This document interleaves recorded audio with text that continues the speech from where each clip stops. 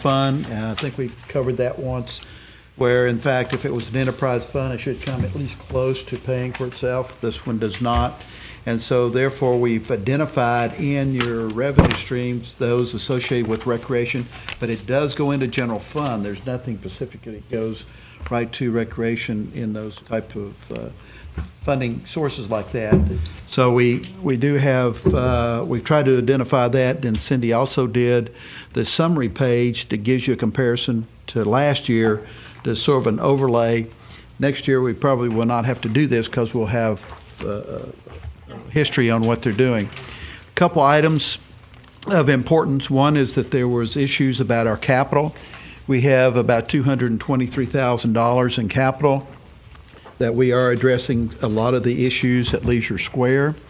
That being said, I think Rob's going to make a pitch for some type of assistance in small issues that are dealing. We did not budget that position, but he will talking to you about it, and he's obviously talked to me and said he was going to do that. The other thing is that we did not budget for any additional lifeguards, and I think Rob does have some information on lifeguards that he will bring up. And as I told you before, between $10,000 and $11,000 a year for any hour added to a lifeguard stand. And I think that we all agree on that number, but just to put it in perspective. But Rob is here to answer any questions that you may have, and we'll move forward. Okay, Rob. Yesterday, I beat up on you without you being here. So okay, great. This sheet, and I think we got, essentially when you look at your revenue, my position is I don't think we should budget revenue, even though it goes into the general fund now, in excess. And I'm really only dealing with the top line, which falls to the bottom line there.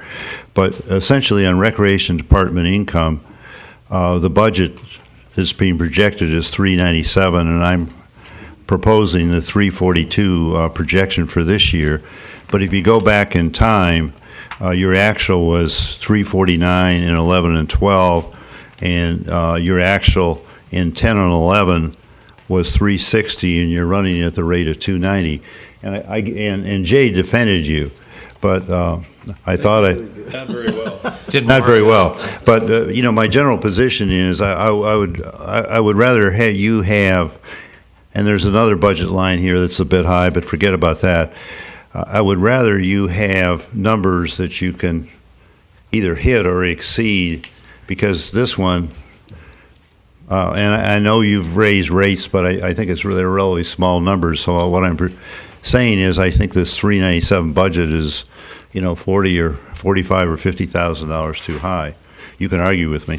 Well, one of the things that we talked about last year, there were three major things in last year's budget when we met that we wanted to talk about. One was, of course, we'd also spoken about the revenue amounts, and it seems like every year we come up about $40,000 or $50,000 short in the revenue side.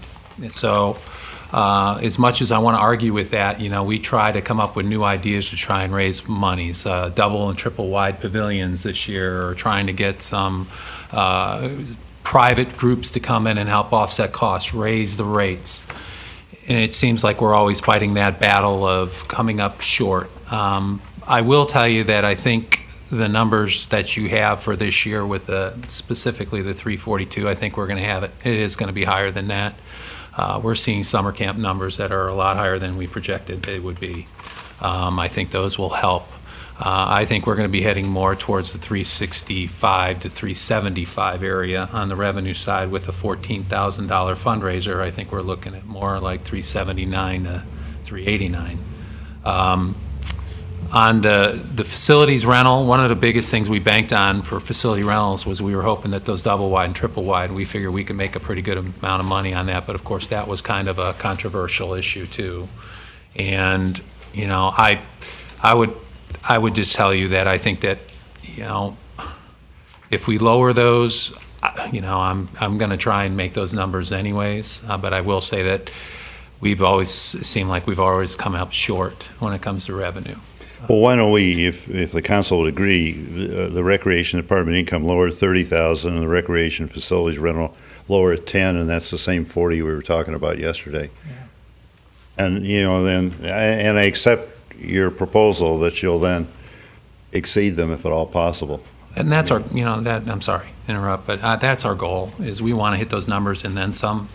We're trying to do everything we possibly can to raise revenues, and we're going to try and fundraise and do what we can to make that happen. Well, there's something in motivation, carrot and stick, I suppose, to be. But I'd rather praise you for exceeding than having you have a goal and having you fall perpetually short. This is my fourth time doing this, and we've always been short. So hopefully it will And be it's something not. I don't different. think it's for a lack of trying. No, it's not. So let's make some goals that Are attainable? are attainable, and let's Let's go exceed them. What are the numbers, Dick? We're gonna take 30 off of rec department income and make it 366, 829, and then going down a little ways to facilities rental at 152, we're gonna take 10 off of that. Yeah, that's 40,000. And who knows? I mean, any number we put down is not right. But okay, I guess we move on to expenses, and then beyond that to goals, and then I guess we should talk about lifeguards, and then we have a number of facility issues, more than 200,000. So who wants to talk about expenses? Well, what we did was we provided it's interesting too, we provided a flat budget along with two other budgets. And the flat budget really winds up coming in, we were still, how much over, Cindy? Like 100 and, even with a flat, we were like 103 or 104 over. Yeah, from personnel increases. Right, the right. 3%. Even with a flat budget, we came in there. But we also came in with two other budgets. And the two other budgets we came in with were one approaching the income area, but also the two other ones that we thought that are good ones to at least talk about, and we'll come back to it, were the lifeguards, expanding the hours back at Humiston Beach Tower, and also looking at our facilities that have grown tired on a day-to-day basis. Now, one of the things that Jim did mention, which is absolutely true, and thanks to Cindy and Monty and everybody else who helped us out with our 5-year capital, I think that's the major issue, trying to get our facilities back, specifically Royal Palm Point, Leisure Square, community center, all of those things. We have a nice approach going for the future. But our day-to-day is also something that still needs some attention, and I think that'll be something that we probably want to talk about too. On the expense side, as you go down through the expenses, you'll notice that we increased part-time salaries, but then we lowered professional services, and that was something that we found out through an IRS report, that we need to make adjustments for the future. So we were going to make those adjustments internally and make that happen. I want to explain the IRS, Cindy. I've been waiting for somebody on television to explain the IRS to me. No, I wasn't going to. That's a broad topic. The specific topic, How it applies to the city of Vero Beach. we were the proud recipients of a IRS employment tax audit, which was a lot of fun, I'm going to tell you. And one of the areas that they have been on a tear with all governments on for years is the distinction between part-time employees versus 1099 contractors. And we fought the good fight, and we do believe the white paper that we put together proves that ours belonged classified the way they were, but when the IRS makes up its mind, it's not really interested in your argument. So we ended up coming out of that audit extremely well. I mean, it was for 3 years prior, and we ended up owing $10,000 or $11,000. It was wonderful. But going forward, we are going to be required to take some of the people we treated as contractors and convert them either to part-time employees where appropriate, or switch our relationship with them to be a pure rental by them of our facility with no money passing through our hands. So so that's what he's done here, is he's adjusted his budget to take care of the fact that we'll have to have that compliance going forward. Examples of employees of that type. Probably the first example is the person that does your aerial antics circus thing, which is really going to end up being a part-time employee. But certainly the yoga instructors, the swim instructors, and those kinds of people. Self-defense, dance instructors, Yeah, we're going to all of that. completely overhaul what we're doing. Right. Where does it show in the budget here then, Cindy? It increases the part-time salaries a little bit, Yeah, okay. But then drops. and the it decreases the professional services. So rather than paying them, Yeah, okay. yeah, that way we won't see the money. It'll still come to us. Our share will come to us as revenue, but we won't collect the money and then pay those instructors as though they're 1099 subcontractors. They'll rent facilities from us, they'll collect money, and that'll be the end of it, so. No Okay. relationship. And then the only other major expenses that we've changed with a year is the capital. In the past, we were pretty much coming in. Before you go to capital, just Sure. a couple random questions Sure, here. if I can. fire away. Professional services, you've already spent 29, and you got a budget of 20. The question is, where do you spend it? It may not have enough money in it. What's it for? I don't know. That's what we were just kind of talking about was the professional service. What we had budgeted for this year for professional services, to let you know, was 37.2, and we were cutting 17 from that one to make that adjustment. The professional services are those instructors. Okay, then you've answered that one. Mhm. And the only other expense before you move on is the landscape.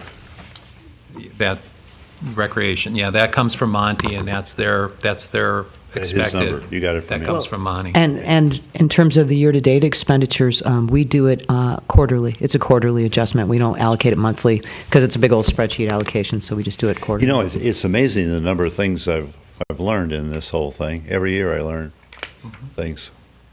We try to keep changing. Called tribal knowledge. Knowledge. I always think about tribal knowledge. Those are my two favorite words when I'm out and about. I say tribal knowledge. Do we want to do the capital fund before we talk about the lifeguards, or what are we doing here? Okay, I'm kind either way. With the capital, just to let you know, in the past, and I'm talking about the regular year-to-year capital, what we've put in for were things that we think are necessary to get moving forward. In the past, I think we've pretty much, our expense in that has been between 0 and 5,000, and this year we're going to 27.6. Bob, just one question. Yes. On the paddleboard, why do we have it over 2 years? We have 3 beaches, and they wanted to replace the one per year. Okay. We replaced one, and now we're coming in with one. We got a good deal on one this year, so we were under. We first had budgeted 13, and we got it for under 1,000. So we're hoping that we can do that again. That's great, and I think it's a needed expense. No problem. And a lot of the things that we're trying to do is transition from the megahertz radios, paddle boards, things like that, and try to go through on a year by year. So you'll see that in the capital requests. Yeah, trying to keep up with it as opposed to catch-up game that we've had, Right. for the last few years. That is correct. That is correct. So, and computers, things like that, we've tried to do it on not replace them all at once, but just to go on a yearly basis, replace a couple at a time, things like that. And if I could, these forms here, for instance, on page 74, et cetera, for the current year expenditures out of the general fund, what we've done, just for clarification, is we've used the same format here as we have in the 5-year CIP, even though it's not being paid for by that money, so that even though it's only a 1-year request, you can see where he's going in the next few years, because you'll see this again next year's general fund budget and the year after. So. Correct.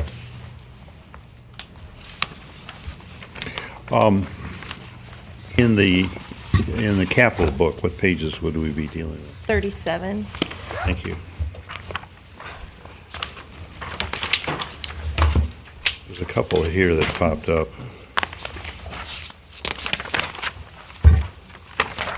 Okay, on page 43. And there's nothing budgeted for this year, but it says the awning at the community center is beginning to fray and develop various size holes. Major repairs and renovation of real properties need and will extend its useful life. And there's another one on page 45 for $9,000. It's awning at Bethel Creek, beginning to fray and develop holes. I kind of think of this as a first-class community, and if we have holes in awnings, why would we put it off a year? Well, one of the things that we looked at, one of the things that we looked at when we started developing this plan was, what do we need next year? We were trying to do each one. I got what you're saying, but what we were trying to do is, what do we need this next year coming up? We got some big ticket items on there. Well, let's go to the big ticket items, but philosophically, that bothers me. Philosoph, I get it, You gotta- and my thing is, I would love to be able to, throw it all in here at once. It's but- putting priorities on. Exactly. I tried to put it in a situation where we've been kind of mending with it. You're right. Next year we know we have to. Go ahead, let's go through them. Fix the roof at Leisure Square. I mean, you have plants growing out of it. We've got Royal Palm Point Fountain, which I don't know, as you all may have known, that we're shut down a couple days in this summer because it's running on the Life edge of support. not running anymore. So that's roughly that first 150 of the 220 that What we were page are alluding you to. on for that, then? Fountain's 38. Yeah, starting with the 38, we can just go through the Royal Palm Point Fountain. It was time. We have to get that replaced. You have the tennis courts. Tennis courts have to be resurfaced because they're Pocahontas and it's a safety concern, so that's 42 more. Going on to 39, a storage shed for J.C. Beach Park.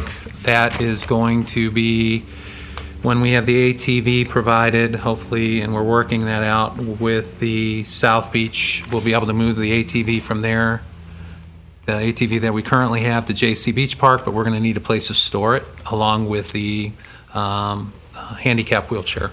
So we're going to need a small storage structure for that. When you do Royal Palm Point, are you planning on putting that out for bids, or are you going to be able to do it internally? Absolutely, but we're also going to we will absolutely put it out to bid, but we will also get the input of water and sewer. We think that's very important. One of the things that I found very interesting, I'll never forget it, was Rob Bolton, along with one of the, I don't remember who the city manager was at the time, walked into the room where they actually run. Right, pump room. The pump room, and he looked at it and went, this looks like something we deal with. They were kind of thinking it was going to be something like we would have at our regular pools, and it's, Yeah, it's not. yeah. But we want their input, and yes, we will Get them absolutely to help put it you out write to the bid. proposal. Absolutely, yeah, we have to have their input for that. Yeah, Yep. good.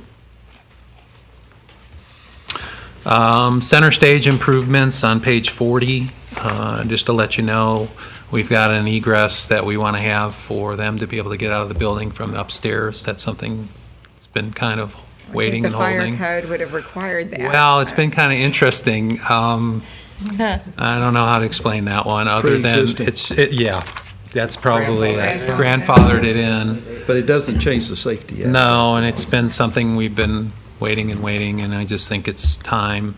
And then you have AC units that have to be replaced. We've been told they need to be replaced. They're on their last string. So Once again, on this one, I'm concerned if we've got a roof with a leaking roof or flood control problem. I mean, water is so detrimental, Agreed. and if it's, I don't know how grave an issue this is, but if it's something that we can't adequately repair, I think, without doing a major, it's one of those things that we've been kind of, the one for 16-17, the interior of center stage, some breach areas where water, that has been more of a Band-Aid approach. We've been Band-Aiding it with Public Works and with General Maintenance Services, and we're kind of hanging on and filling and going and filling we've and been going. able to Band-Aid it so that we're not having any further damage. I mean, that's what I'm wondering. You have water that's still in that, continues to be an issue. It can get close. Rather than fight the awnings, I think you should go ahead and go farther and have a repair. I think the water, this is more, to me, urgent than the awnings. No, to me it is too. But I think you need to go farther than what you've got down here, is what the two of us are suggesting. Again, if we can find it, Cindy, or are we going to be, what do you think? You don't, first of all, don't know what it costs yet, but Right. but regardless, I mean, you may have to come back with it, but still, where I lived, we had barns that were 100 years old, and as long as you kept the roof on them, you kept the building. And no building lasts without a secure roof. And, if you don't have a secure roof, you don't have a secure structure. You simply don't. I think, the bottom line of this is that going back to page 4, looking at the every year's ending fund balance, that can't be a negative number, and it can't be a number that's so incredibly small that we don't have any room for change orders or issues with the 40 or 50 projects that are Something else going have on. to be cut or moved So, out. yeah, so we can look at shuffling things around, but we can't shove every single one of those things back into 14, 15, or we'll end up with some negative numbers in 16, 17, et cetera. So, well, we look at it. I mean, push it Yeah. around as much as we can. Yeah. That's the thing. We've been other- trying to kind of Band-Aid. This isn't, we don't see this as much as a roof issue as we see more of a coming in from underneath kind of issue. Please as some lose the word side. Band-Aid. Well, You're yeah. in Vero Beach. We're We don't need to bandage things here. The other practical concern, and Rob, you can probably speak to this better than me, is that there's only you and your staff to manage all these projects and help with bid patches, et cetera. So we could put the whole thing into 14, 15, and the chances it's all going to get spent are probably pretty slim. I mean, it's going to be difficult. you've had an issue with that in past years. We've had small amounts of money that you really haven't had the chance to spend, depending on how hectic the year gets. So. That is true. But we can have a look at it. Yeah, we can have the general maintenance services and public works and engineering folks come back and give us a report on that, and we can report back to you. Out of all the facilities, which would you say gets the most rental usage? The most rental usage is the River House. The River House. And then second, maybe, would be Bethel Creek or Community Center. Community Center? Okay. Yeah. But they still, all three of them get pretty good usage. And we've had some success with the Community Center, some more success in August, which is kind of unusual. It's kind of different this year. It's been kind of an unusual year for rentals, et cetera. I guess in trying to come up with priorities of what to replace, if whichever ones are our biggest money makers, put those as far as a floor or an awning before maybe some of the others. One of the biggest approaches we had with all of that was to look at our facilities and go, okay, which ones can wait? Which ones can we get? What do we need now? And then the next year, who should be next? And then who should be next? And then who should be next? And I guess that pretty well sums it up. This is Rob's priority list. I Yeah. guess. Gotcha. It's a lot to manage. You have a bunch of neat little photographs here. What are we looking at? Okay, the neat little photographs that you're looking at are more of the day-to-day things, and that was one thing that I was going to come forward to you, and it was something that was brought up in last year's budget as well. I remember, I don't know if it was Craig or Pilar saying, I think we need to take a look at our facilities, and I remember Craig absolutely saying they are looking tired. I remember that tired. Like carnal knowledge, that knowledge. And, one of the things that we wanted to address was the 5-year capital plan, which we think we have. We're really on top of it, thanks to Cindy and Monty and everybody else. The one thing, though, that still is we have to take a look at, because we eliminated a full-time position last year as a maintenance position, a part-time maintenance position. If we can get them to come in and touch up, paint, do these smaller projects like what you're seeing in those pictures, where they can come up and help out with that. We cut a full-time position, but I'm thinking that it would be a good idea, at least for us to think about having a part-time maintenance worker in to help out with some of these other projects. Why not hire someone on contract? We can easily do that. That would be my suggestion. I certainly can see that we have a need for it, but I would say, yeah. And we have a general maintenance services department. No matter what, I would still want to try, if we possibly can, add a little bit of money to the building maintenance account. $12,000, is that what you're Yeah, talking I'm about? thinking $1,000 a month is basically what I was saying. Sounds reasonable to me. Me Right. too. We need to do it. Jay? Jay's scowling. The materials, but no labor, or?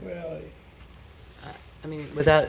No, it'd need to be someone to actually use the 24,000, materials. yeah. Somewhere along the line, we're going to have to think about replacing these buildings. I mean, they really are getting to the point. Yeah. You walk into them, they are old. Tired. And maintenance is not going to get any cheaper as time goes on. When does the obsolescence lead to declining revenues, and the maintenance gets to the point where it's almost equal to what the payment for a new building would be? River House still has got, doesn't it have residual hurricane damage in the walls? Or does it? No, it shouldn't have any of that. We should be okay on that. And that's structurally is a pretty sound building. I mean, of all the buildings. Mhm. Leisure Square has issues and. Community center, right. Community Center has issues. Okay. Well, with that said and done, Jay, do you have a suggestion?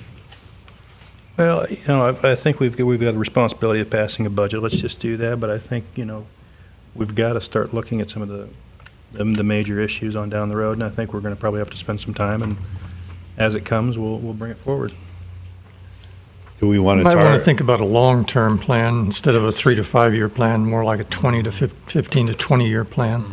I With think our that's where you're structures. going. I Jim. agree Well, with that. some of these items are, that you've mentioned are the useful life does expend past 5 years, which maybe lead into some type of a financing option. The problem is a certainty of payment and how it dovetails into the budget so that it doesn't become real burdensome or start, taking away from some of the activities that people expect in recreation. So it's you got to walk lightly, but I think you got to walk surely into that direction.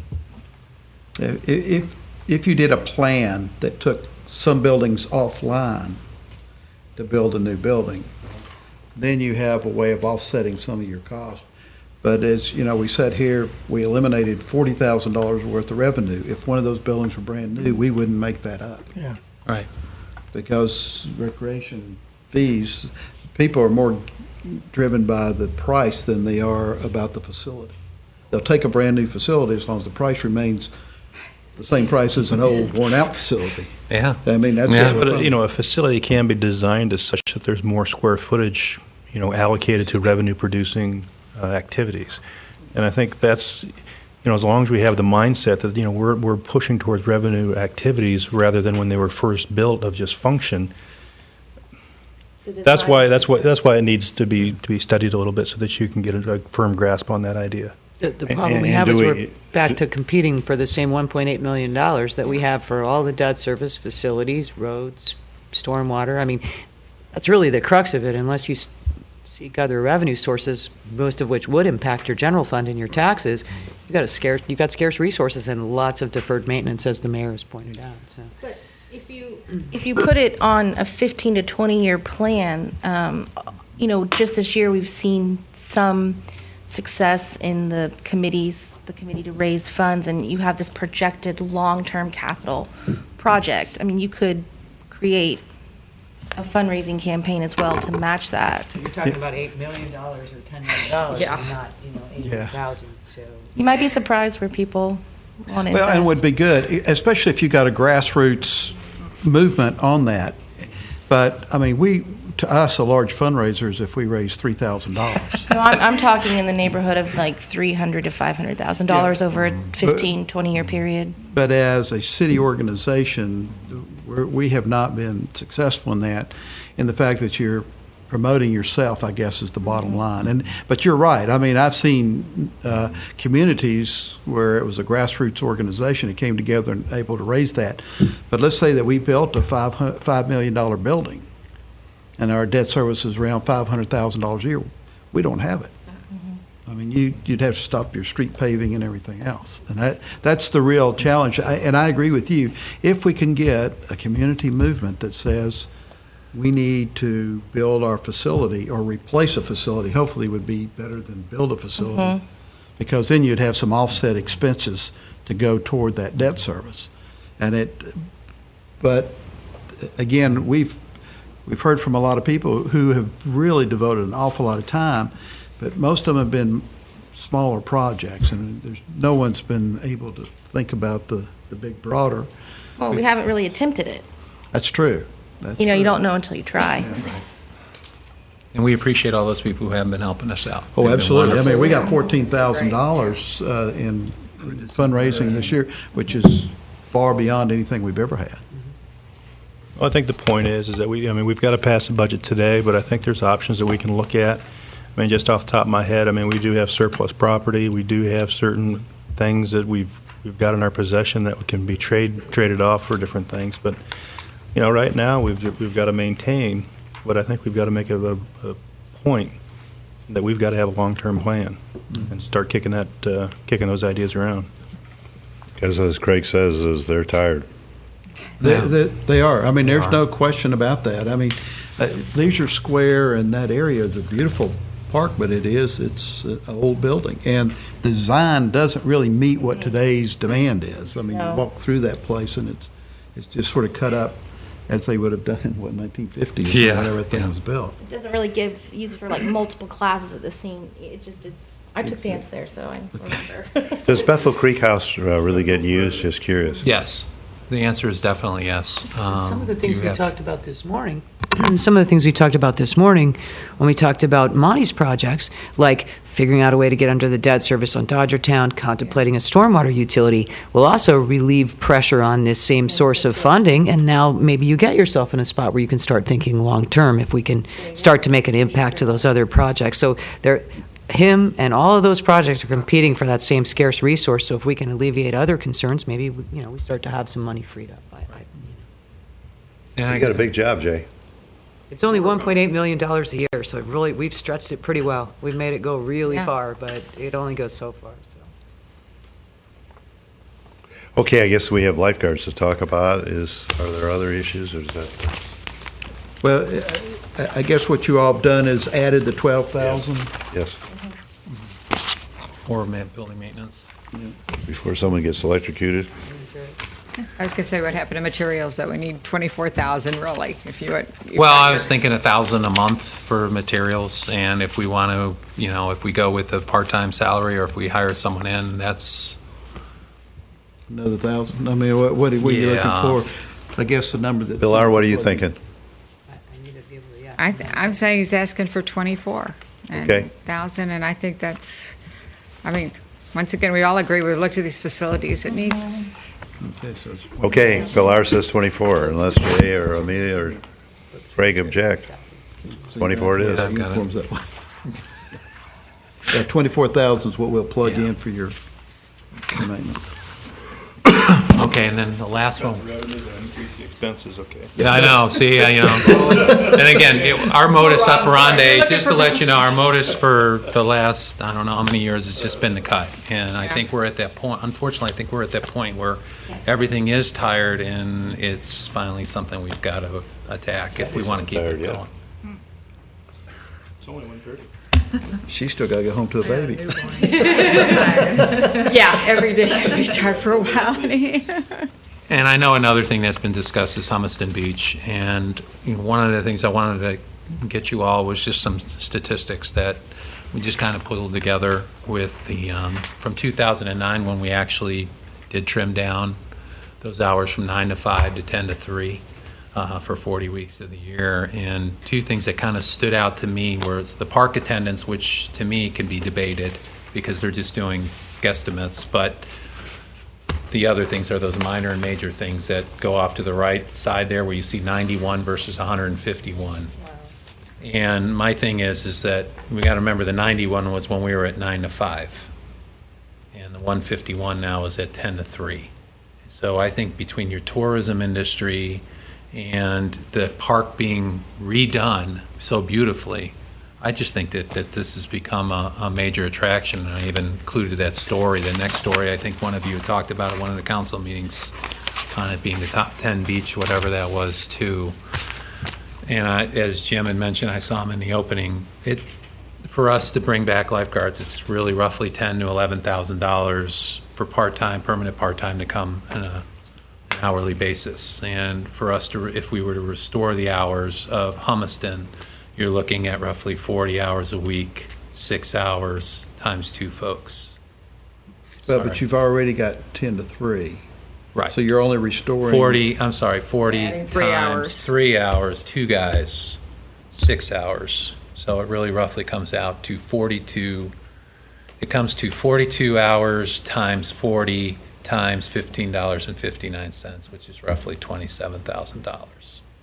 If you were to Base restore. salary and no benefits. Base salary, so it's 27 But I mean, plus, benefits, that's yeah. correct, plus benefits. And this is part-time that we're Let's try to talking keep, let's about. try to keep it simple here. Yeah. If we're going to go from 10 $20,000 to is 3 to, yeah, but I'm not sure that's a total, from 10 to 3, and we're going to go from 9 to 5, we're increasing 3 hours. Yes, Correct. 3 So- times 2 10,000 guys that you gave us earlier. Times 7 is days a enough week, Yeah, around times 40 30,000. weeks. 30,000. Can we find, On the low side. 30,000. can we find 30,000 somewhere else in the general fund? I mean, certainly it's something I'd love to see us do, but I mean, Yeah, I mean, just kind of as a recap, You don't want to take reoccurring costs out of surplus. no. we haven't changed a bunch of things, but you started out with 170. So if we take that 170, take away the 40 we reduced, we got 130, minus the 24, we've got 104. You know, so I mean, you still have some room within that unappropriated surplus, and then some of the changes that we made have been offset by, you know, some updated revenues. So you're kind of going up and down, but you've still got, you know, probably 100 plus. Do to we work have with. any, I mean, I know that accidents happen, you can't really plan, but are they happening more in season? Are they happening more in the morning? Are they happening more late in the evening? Do we know, is there any kind of trend to say if we're going to put our hours somewhere, let's put them this time of year at this part of the day, earlier on the day or later on the day? Is there any? When we weighed all this out, we went with the heaviest time period, 10 to 3 was where we kind of looked at this, especially when you look at the winter months and things like that. But when it comes to trends to injuries and craziness, it can be at any time. You know, when you have the shark bite, you know, that's at 2 o'clock on a calm day where it was really, you would never have guessed that something like that would have happened. And then heat-related stuff and things like, you just never know. And the other thing about our folks that visit the beaches, I mean, we've got a lot of folks that come in and Aren't aware. they're in their 80s, 90s, and they just overheat. Well, you know, Admiral Dewey said, "Damn the torpedoes." And this is Vero Beach. And the beach is important. And this isn't any different than not having given people raises or not having bought cars or all the rest of it. I think you got to say that we're past it. We've got to put the hours back. That would be my vote anyway. Nothing more to say about it. Well, if you can tell me where you're going to get the money. I can't. It'll come out of the 170,000. It'll come out of the 170. And you'll still have a positive number at this point. Yeah, at this point. And if we're successful on the golf course thing, which is problematical, then the ship rises. But your Dreaming. but your golf I know. your golf course issue goes toward your storm drain. Capital. though. Yeah. Yeah. But regardless, I mean, you know, one person gets hurt, it's just not worth it. And it, you know, we cut. I suppose if we had always been 9 to or 10 to 3, that's one thing. But you know, having cut, and I have to want to go back to where we were. And I regret that I can't say that we should do more, but I have to, at that point, say we don't have the money. But I'll shut up. One of the interesting conversations I had with some of the lifeguards was whether we had to take the lifeguards and put them underneath the police side of things, which I know it kind of meets with resistance, initially. However, keep in mind that if the lifeguards go underneath the police side, they also go underneath the police pension, which Yes. but it's already paid up. No, it's not. But the other Well, I thing, mean, they're much more funded than the general fund Okay. pension.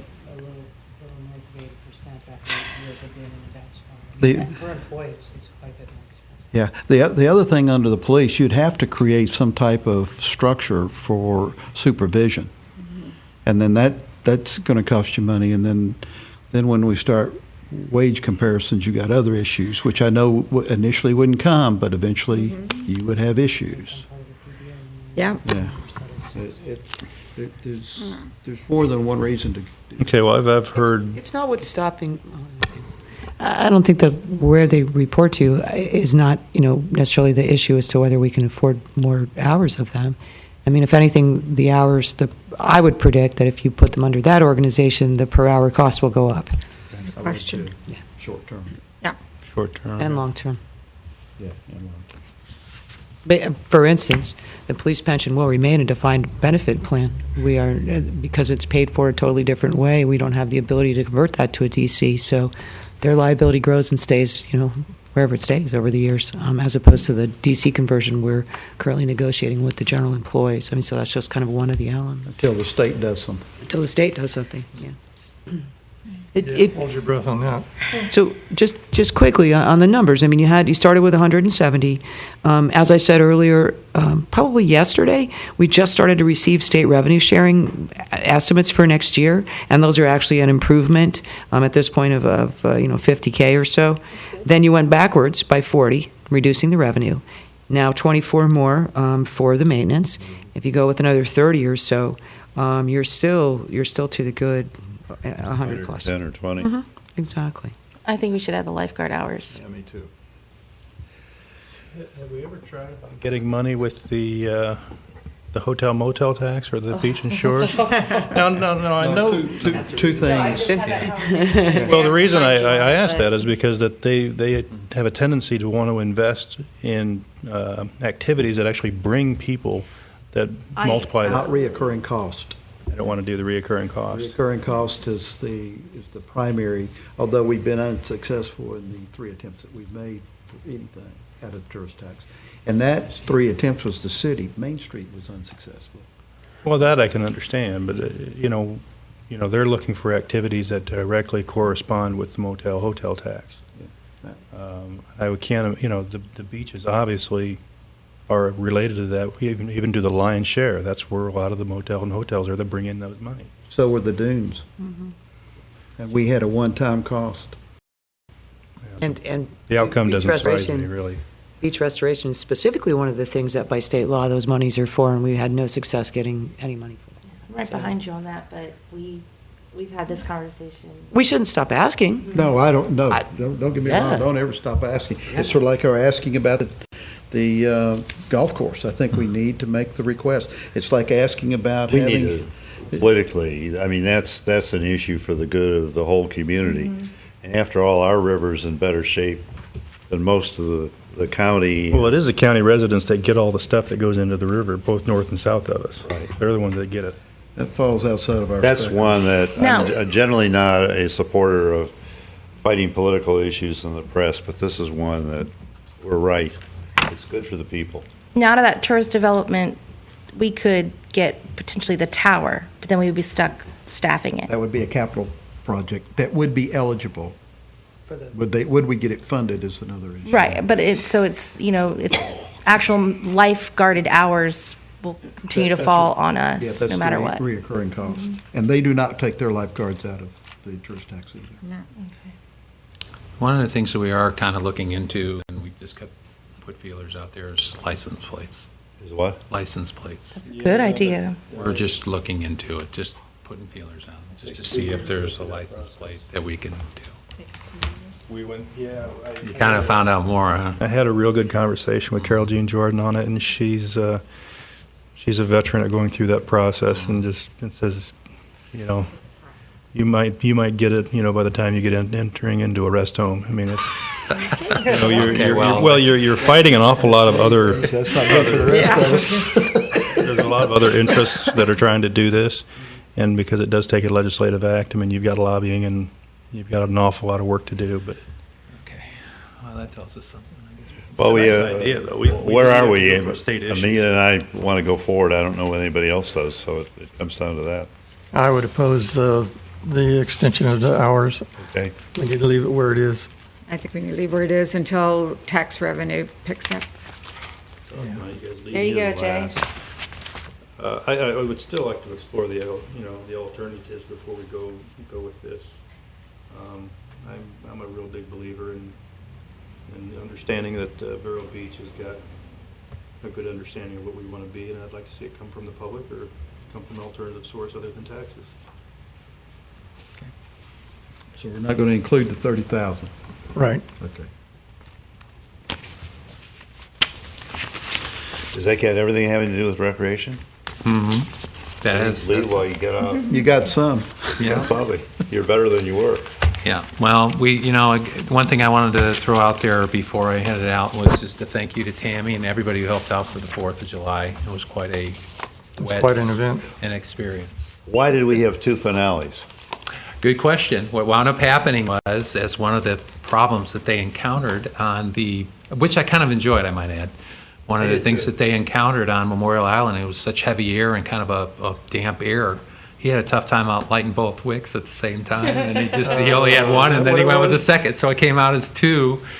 But yeah, he said he just had a tough time. It just didn't go, and then he went back and got it. But it wound up being kind of like 2, and I had a lot of people who really I liked it. called Jim because I had a couple, 3 telephone calls. There was actually a play, and I said, said, I kind of like that idea for the future, so. I didn't know about the wet wick, but Yeah, he it just was had sort of problems. interesting. One went up, and we were sort of turning around to leave, and then Boom. Yeah. And then the other one was, the other thing I don't know if you saw a lot of, which was kind of scary, was that Coming back in 2 minutes. I had asked the pyrotechnic guy, you had a lot of stuff come back down on you. Debris, yeah. Debris. I don't know if you noticed it. The lower stuff was coming back down on him. And I said, what was that? I said, was that the explosives or was that, what was that? And he said, it's the heavy air. He said, the heavy air just not getting enough elevation.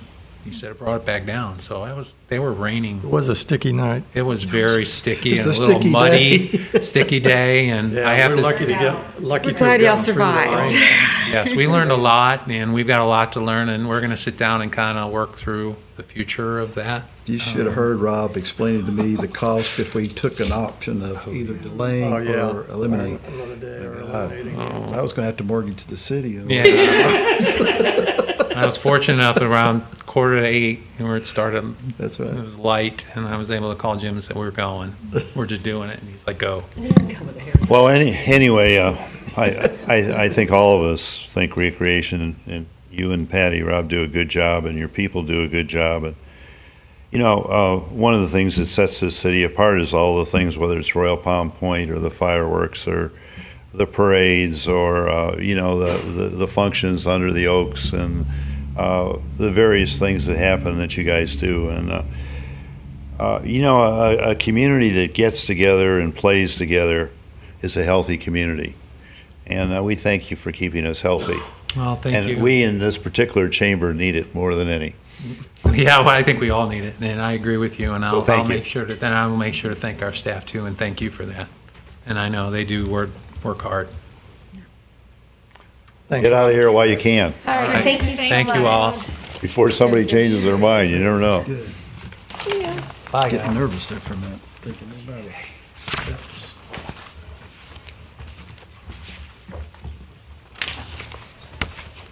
Hey, Tim.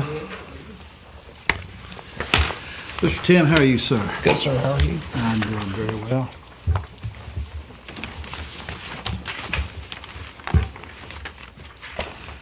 Well, as an introduction, as you know, the marina is a enterprise fund. We have experienced, I think, very good use in this year. We had a longer season. We sold quite a bit of gasoline. We had our markup just what we think was just about right. And we still have a tenant in our building that we wish we didn't own, but we still do. Can we sell the darn building? Later.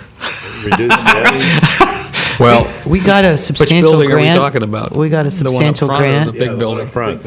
Oh, insurance. the insurance building. Yeah. But we did get a grant on that. We got a substantial fine grant that paid the mortgage for a few years. I mean, paid the debt service for a few years, and also I think there was a lump sum of money that went toward the purchase. So it'd probably involve us getting out of that.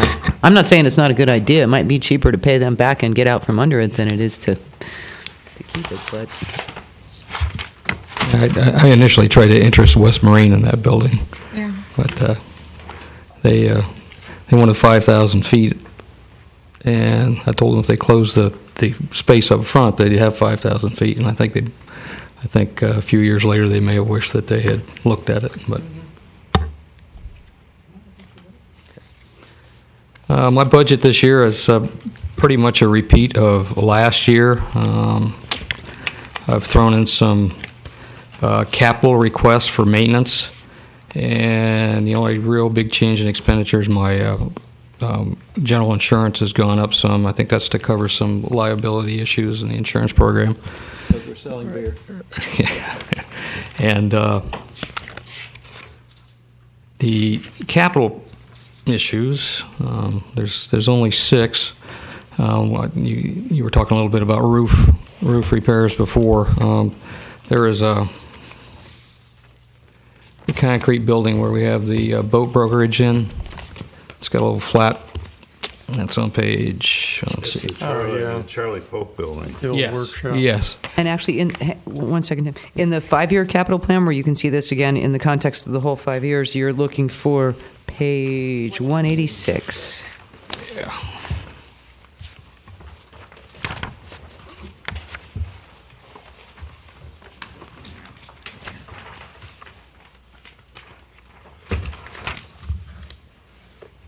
I'm not really sure when that roof was ever replaced. Obviously, it was done prior to our purchase, but over the, there are a few times every year where we have real hard rains where we're running around finding a new soft spot and patching it. In fact, I keep a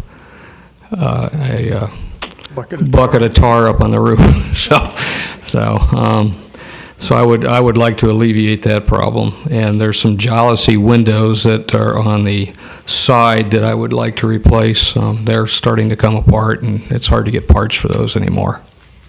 What was happening on the dock rental South Complex? It looks like we had no revenue last year, and this year coming year we were having repairs or something. Oh, we found out we were actually collecting in a different account, and I wasn't budgeting for it on the revenue side. So If you look in current year actuals, there is revenue in that line item. Right. So some portion of the way we take the receipts in and book them in our general ledger creates revenue in that line item, and he hadn't realized we were putting part of it there. So Right. we're matching reality. Subscriptions and membership are up 65%. What are we doing? subscriptions and memberships. Yeah. That would probably be sponsorships that would also be part of marketing. I'll get you a better answer for that, but I haven't been going to any training or anything. Memberships under marketing, it's page 161. Right. I'll have to get you a good answer for that. I'm not sure, because we don't, I don't have any subscriptions to any magazines or anything like that, so. Okay. That was all right. It was landscape marine. That was, sorry. Got one circled in the wrong thing. It was the landscape marina. I guess it went up so much. Oh, yeah, the 750 is. Yeah, it's the landscaping. Oh, okay. Yeah, that, as Rob said, that's a number that I get from Public Works, so. Public Works. Right. And there's just one other. Okay. What else did I have?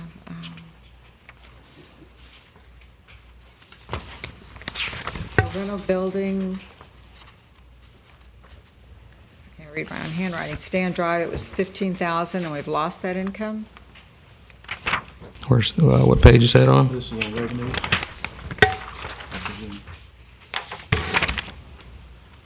Building real stack complex. All right, I put the note there, and I didn't. You're on page 158?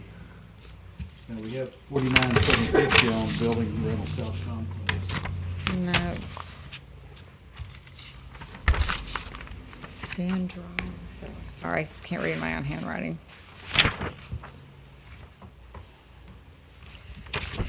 Forget that one, Tim. Back on the landscaping, and again, it's maybe just a inconsistency here. If you look at page 164 and 165, some of these costs we take and allocate to, look at 164 and 165 at the bottom there. We allocate to the moorings division.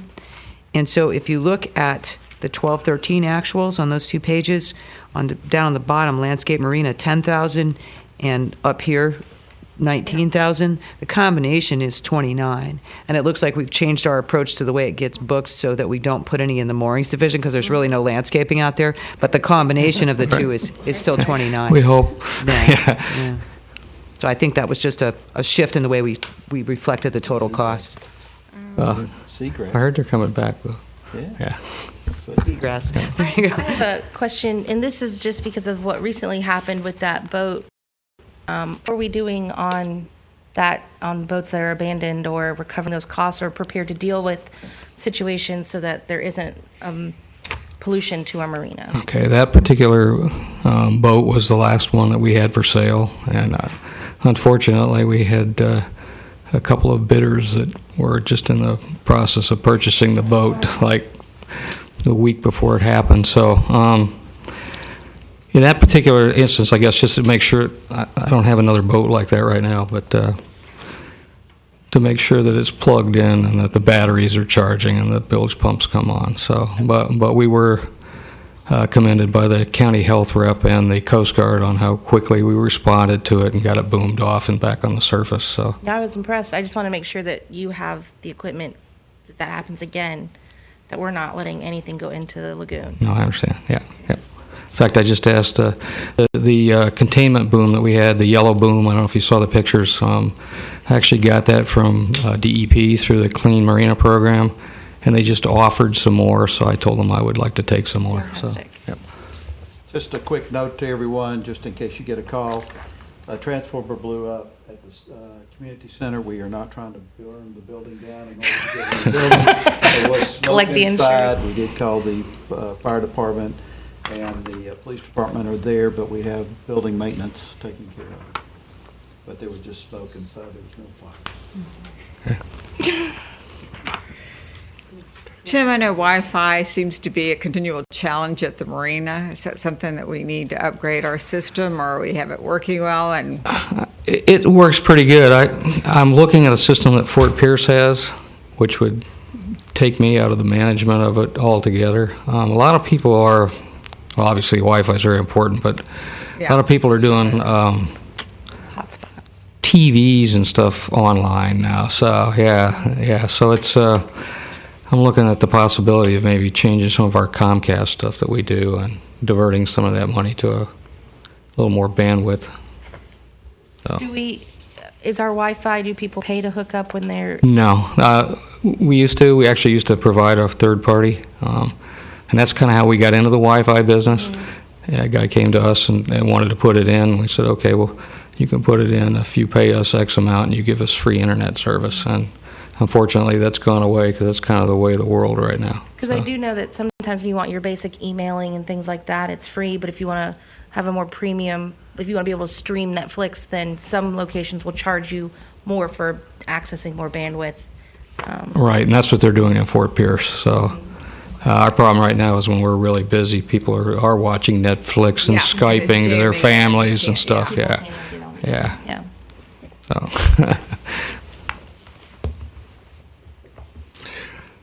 Tim, on gas and oil sales, I'll give you an easy way out of this one.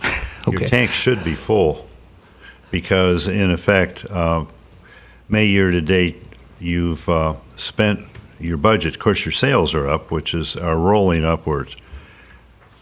But I would submit to you, I know you don't run a running inventory, but either your tank is full or your cost is going to be a bit higher than $310 for what it's worth. Actually, right now our tanks are probably 2/3 full. So you might look at your $310 cost because your sales, your running sales are $348 versus $270. Extended is $522 versus $405. In other words, your sales look better than you've got budgeted, and your cost looks right. One of the things that we do favorable than it really might be. Yeah. One of the things that we do every month is we submit an inventory to accounting with the amount of fuel that we have in the tanks and what we've sold. So they count, the value of that fuel that's sitting in the tanks towards. Well, I think you need the diesel looks fine, but I think you need to go back and look at gas sales and gas costs and be sure they're right, because in proportion they're not. Okay. Well, what I do when I do this at the beginning of every year was I take an average of the volume as far as gallons sold in both categories and pick out an average cost and then tack on what I expect our margin to be. Yeah, I know, but you've already bought your gas for your budget for next year. Right. You essentially already purchased it in 8 months. Okay. And your sales are higher too, but I'm just saying I don't think the ratio is right. Okay. That's all. I understand.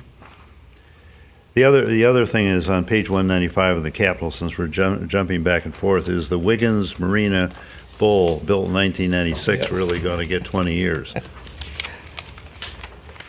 And should we be leasing something, or should we be doing something different than that? I mean, that's a pretty old machine. Yeah, there's a lot of facilities with pretty old machines right now. It's actually in pretty good shape right now for its age. And I looked at leasing once when we thought we were going to have it down for a little bit, and I only looked at one particular company, and it was fairly pricey. But well, it's just that you're doing nothing this year, the following year. So 5 years from now, you're going to replace something that was built in 1996. Just hope so. I know. You're eligible, and we can talk about it, to use the same municipal lease purchase approach we use for the street sweeper and stuff. So we can talk about it if you want to accelerate. It's just suspicious. That's all. Okay. You having maintenance problems with it at all, Tim?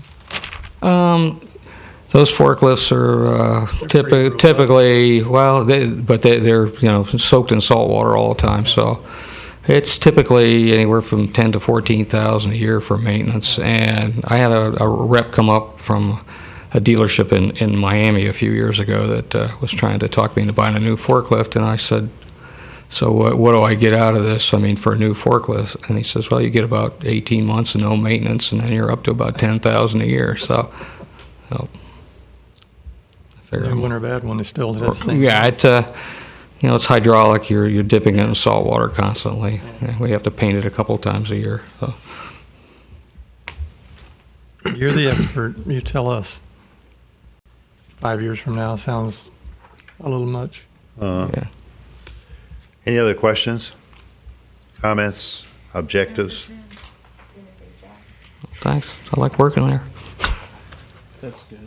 Yeah. Enough hours. Have you rented the apartment yet, or is it still? Not yet, but actually there was somebody showing it when I left to come back here. So. What are you looking for rent for it? I forgot. 1,500 a month plus Yeah, Bobby might utilities. be Yeah. looking for That'll be your doghouse. Come on down. Come on down. We did have somebody sort of on the hook to rent it, and then fortunately, we did not sign the lease because he did not keep his job very long. Then we'd been in the collection business. Working for the city. Yeah. No, we did that one time. We're not doing that Yeah. anymore. I remember So, that. so I worked very hard to keep all the boats on the right side of the water. So. It's looked great. I mean, driving past during season, I mean, it just looked fantastic. Look down there and see all the boats. And it's been Great really news is we're getting a lot of new customers, a lot of new cruising customers that heard about us, and word of mouth always seems to be the best advertising. But we're I hope this isn't a trademark infringement, but you guys probably heard that they call us Velcro Beach, and that's why a lot of these people come to check our facility out. So. When are you going to be able to actually do the restoration for $15,000? Because it is needed. Well, once we've got the money, I'll Okay, the point I'll is start right away. So, yeah. Before season would be a Yeah, good thing, yeah. because they are tired. Going back on capital, we didn't really talk about. Yep. Sorry, Jim. Oh, sorry. But this $840,000 loan, are money coming from proposed borrowing? No, but I mean, that's overall. No, I was going to say, I'm finished with Tim. You but I better mean- get out when you can. You're Yeah. going to be Take 840 in the hole. Okay. Oh, that's the airport? Okay, that's not any, Check for yeah, the community additional, center. that's what I was worried about. Bye-bye. Thank you. 34th Avenue? Thank you. I just wanted to make sure that that was not other borrowing. That's good. Thank you, Cindy. Where's Mr. Bolton? His notebook's He's in out here. there in the saw him out outer limits. I saw him stick his head in. Trying to avoid us. Yeah, I think it's probably a good idea. We're having a break or 5-minute recess, I suppose. There's 3 of us. We can vote. Yeah. 5-minute recess. Well, let's just start into it. Rob, you've already run off 2. What's that? There's already 2 that left because they didn't think you were going to come in. Oh, okay. Taking a break? Just trying to put out fires. Another transformer blow? No, does not look bad. Still investigating. I like these little updates. It's like when they break in for a news report. You know, breaking news update for you. Police vehicles and fire trucks in front of the community center. People will call. They had to- Third break-in I ever heard of, and I was on the county planning and zoning. Guy came in and had a notice, handed it to him, says, oh, so-and-so has died. And before they ever announced it to the family or anything, chairman announces it on the TV. So-and-so has died. That's not good. I mean, that's just, we were all going, what are you doing? Well, my problem was when I got the note, I thought community center. Oh my God, these guys We were think we just started talking about new capital needing a new project in the way. Convenient, right? So let's bring that subject How convenient. Traffic, we should be running. All right. Just let you know if people still running. Oh, I guess I won't share my stories.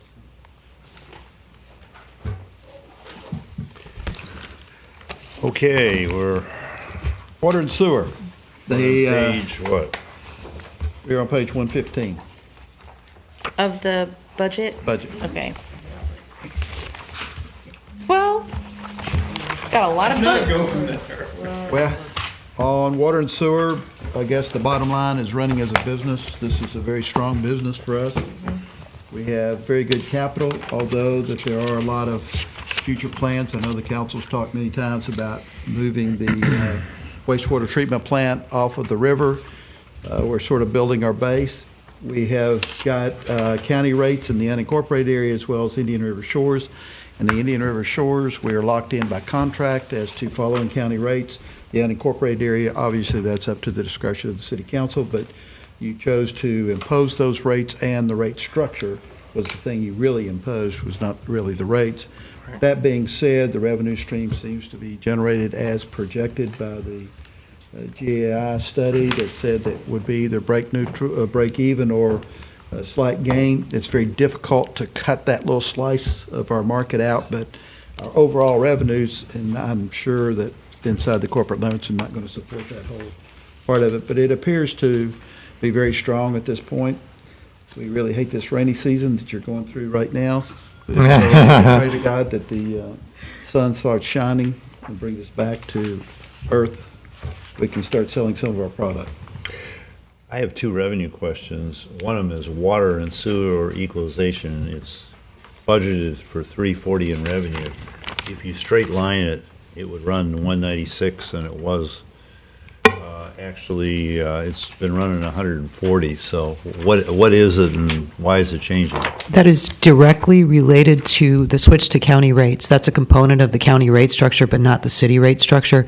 So if you look at the 12-13 actuals compared to the 13-14 budget, Rob did an excellent job of projecting how it would go up as we added customers who were on the county rate structure. So you see another increase in that for the coming year as we added all the outside the city customers to the rate structure. The water and sewer equalization, as well as those billing service charges, are both components of the county rate structure that are not components of the city rate structure. Yeah, you answered The both. billing rate, yeah, that was my next question, yeah. Got them both at one time. Yeah. Good for you. R&R reserve. I'm just trying to find out what it is. What? Oh, if you go back to the capital book on page, should have marked 91? it, the very beginning page that shows you are, 91. You can see the balance forward in R&R is about $5.9 million, projected to end the year at about $420,000. We've built up some reserves because of a couple of the really big projects in 14-15, plan. yeah, including that RO plant expansion. So Want to move on to expenses then? Wait a minute, Cindy, on 117, there, under non-departmental, you had a fairly significant increase there. What is causing that? if you go back to the detail on non-departmental, which is on page 140, probably a little easier, you can see the components of the increase. It has to do with that debt service that we didn't make last year that we're going to be making this year on the principal Okay. of the $1 million. It's really two things. It's that $1 million in debt service. Remember, we paid something that was due in October and September, and then we had a whole year off from debt service, and now it's back. And then we've also changed our customer service allocation, so that increased, that made about another $200,000 in difference. Why don't you talk about the customer, since you just mentioned it, the customer service, the ups and downs of that? When I first came on board, some of the allocations of things like customer service and bad debt, et cetera, were heavily weighted in the direction of the electric utility.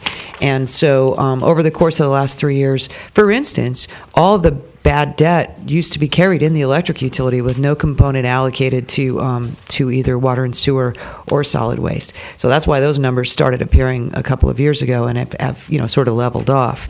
In terms of the customer service allocation, again, just as I do with the general and administrative allocation, I looked for some objective ways to allocate the components of cost. And so I've actually broken customer service into, and we can talk about this some more tomorrow, into 3 categories. The customer service people themselves, the cost for billing and software for the bills, and then the cost of the meter readers and the field personnel. And then I took each of those components and allocated them on the most objective basis I could. Total number of bills for the billing and the software, total number of meter reads for the meters and field personnel. And when I did that very objectively, I came up with a bit of a higher allocation to both water and sewer and solid waste. Rob and I discussed it, and certainly for a utility of his size, $425,000 or so for the entirety of meter reading, as well as all the billing and all the customer services, is very reasonable in the context of his budget, but it did increase this year. So that would imply that there's $200,000 worth of relief in the electric is the offset. There is. There is. Yeah. The revenue side of the electric, which is where it shows, has gone up by that corresponding amount.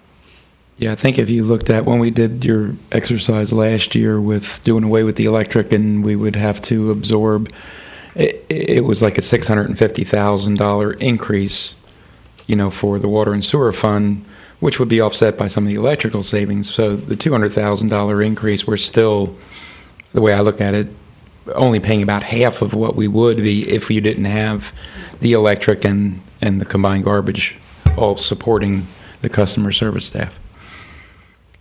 Allocations of costs like this are always a tricky one, but over the last 3 years, I've tried every single place that I could find a hard, objective number. And again, I've used the relative actual numbers of customer accounts or meter reads. I do. Any place that you have to, go back to, well, I think I spend about 70% of my time on this. Well, you have to, but anywhere you can find a hard number to tie it to, I'm a fan of that.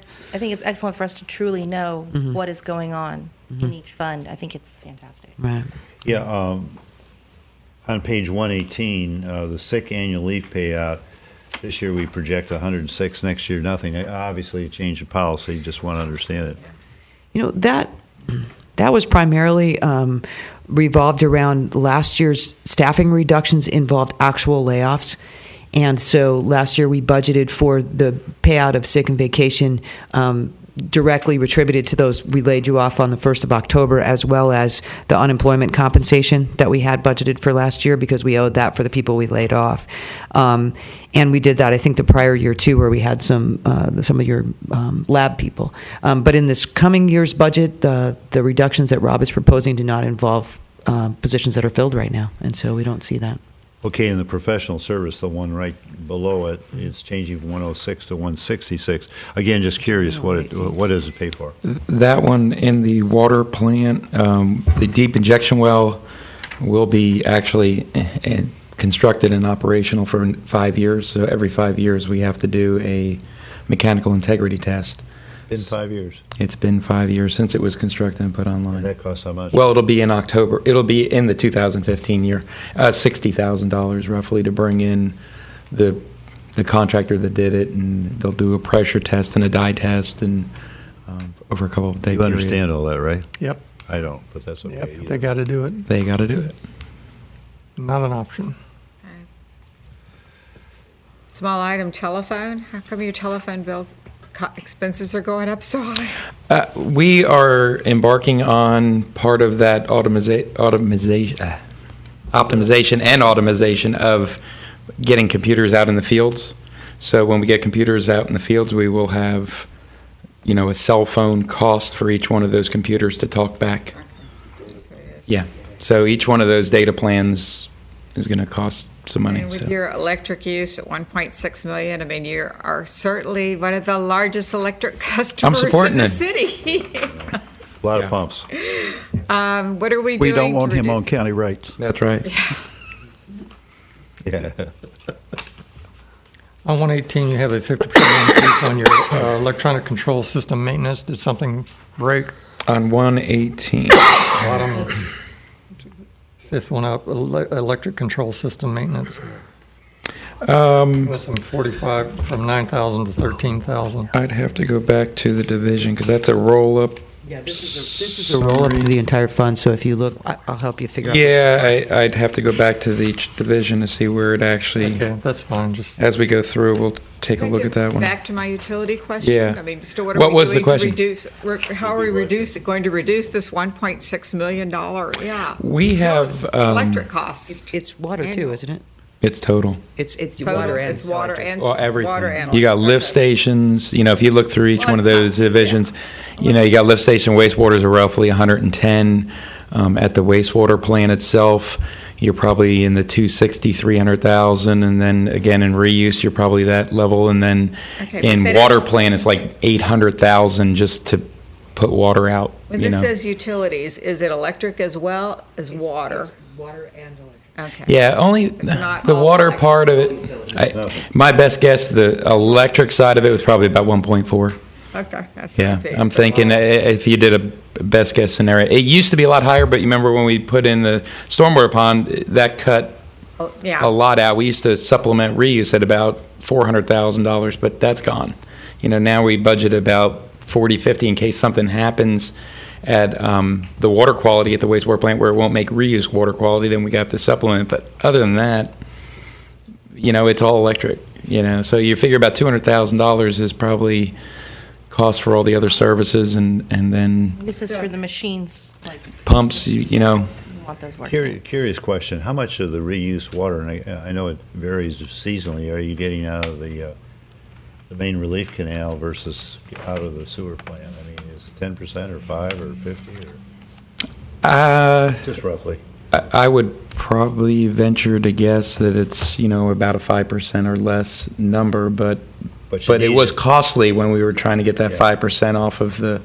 So I mean, just for instance, last month before the rain started, we were pumping about $1 million to $1.5 million through that pump station into the wastewater plant just to keep up with the demands because everybody went home.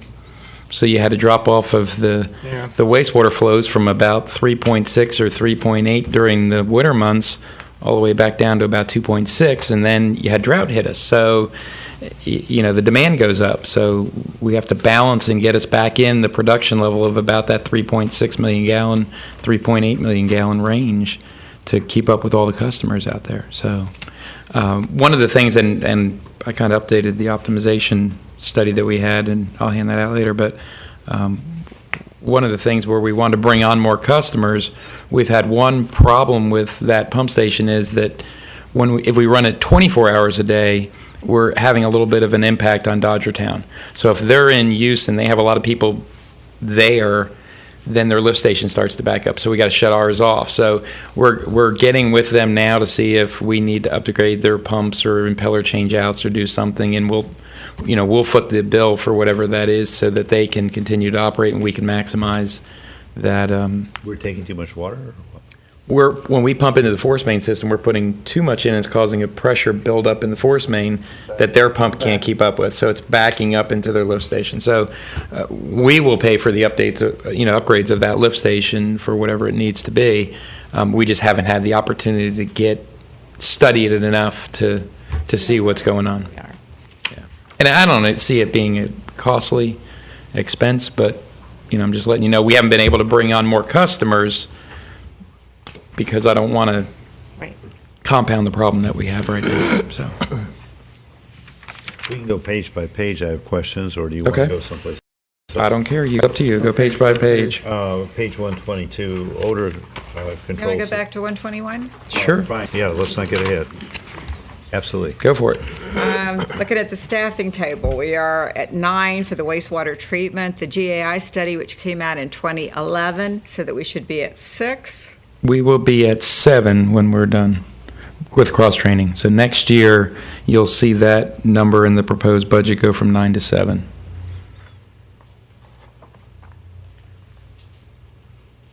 When we looked at that GAI study, that was just a general discussion on it, and our overall goal was to get to the number of 50 employees. So we've changed some things around to where we're going to hit that level of 50. So we're not following that study 100%. How many issues in the GA? I think was something I was going to ask later, but since it's come up, how many undone issues are there? There were 10 or 12 things that could be done. I don't remember them all. We are. There you go. You got it. I have it all updated. So I mean, you want to get to that later, and let's go through this, and then okay. But yes, that will be next year at 7, not 6. Happy to go to 122, or do you got more on that page? No, you can go ahead now. Odor control. I'm just curious what it is. New blower or something? The odor control for the 75,000. wastewater plant is the biofilter bed, the wood chips that are out there by the river. Okay. And with the project that we're doing with biosolids, instead of replacing all 3 cells, we won't need 3 cells in the future. We'll really operate off of one with the second as a backup. We're just going to shut one cell off and replace the multimedia on 2 of them. Well, I have no more questions until 125. Does anyone have anything before? Greg, do you have some before? I got some on 125. I'm on 125 also. On 124, once again, staffing, we're supposed to be at 8 for the water treatment. We're at 9. Yes, and next year we will be at 8.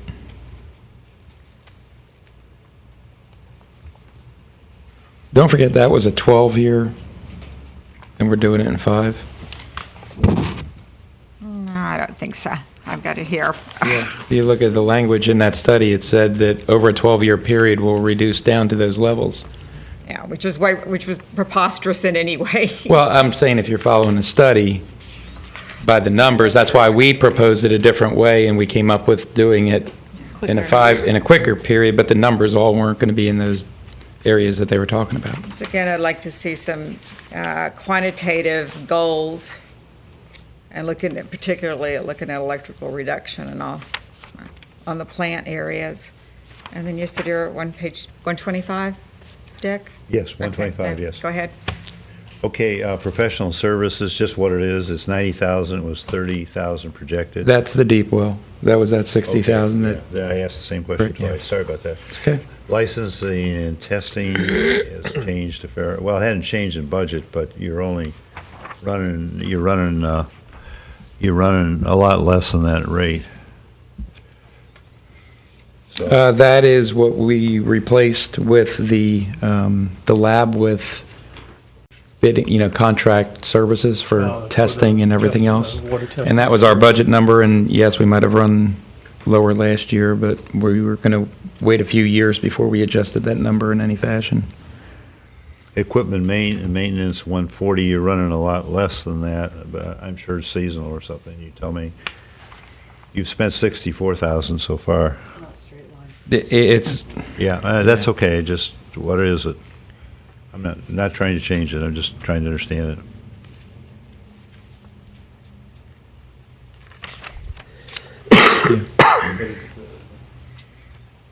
anything that if something breaks and we can fix it, it comes out of equipment maintenance as an operating So cost. be a pump or anything at the Anything at the plant, right? And if something ends up not, we can't fix it, or if the cost exceeds 50% of the cost of replacement, then we pull it out of capital and we replace it. Dick, is that what you're looking for? So in some cases where we budget 140, maybe last year we were at 109 or something, we may have replaced things instead of repaired them. I don't usually like to change those budgets because next year it may be that we just repair a lot of stuff. So it's a contingency fund Yeah. in case something happens. Right. Okay, the structure improvement and maintenance, you spent 3,000 so far, but you have in the past spent all 45. I don't know what it is. Structure improvement, maybe it's the building, I guess. It's all the structures there. So it deals with painting, it deals with lighting, it deals with anything that's on any of those buildings. Roof repairs. One of my favorite is odor control, because I like it there to be good odor control. You haven't spent anything so far. Now we're planning on worries me. right. Well, we're planning on both replacing both beds at the at the wastewater and at the water plant Okay. this year coming up. When they break down, you'll hear about it. Yeah. Yep. Well, it's when you go across the bridge, you know. Gas and oil is kind of, in water treatment, you spent fourth so far, you got a budget of 25. Again, I'm not arguing with any of these, just understanding them. This year, we were able to save a bunch of money. We had that ground storage. It was a 10,000 gallon fuel tank that the DEP came in and said that we needed to upgrade it since it fell under, it was 30 years old and it fell under older guidelines, and the sleeving was PVC. So they outlawed that years ago. However, we were grandfathered in. Our local health department didn't give us a hard time about it, but when they closed that part of the work that they did and fell under Brevard County, when they came in, they said, no, you need to replace that. So we had a capital request replaced with a 5,000 gallon tank because we didn't need the 10,000 gallon tank. As a result, we were able to pump out that 10,000 gallon tank, filter everything, and fill all of our tanks last year without, and actually sold some fuel back to Como Oil. So last year we didn't have. To me, because gas gets old, but yeah, anyway. So we were able to. There you go. Time out on that one. Chemical supplies, just it's a big number. You spent 267 so far, and I know it's seasonal. At water, it's a function of how much water we make. Pilar, 127.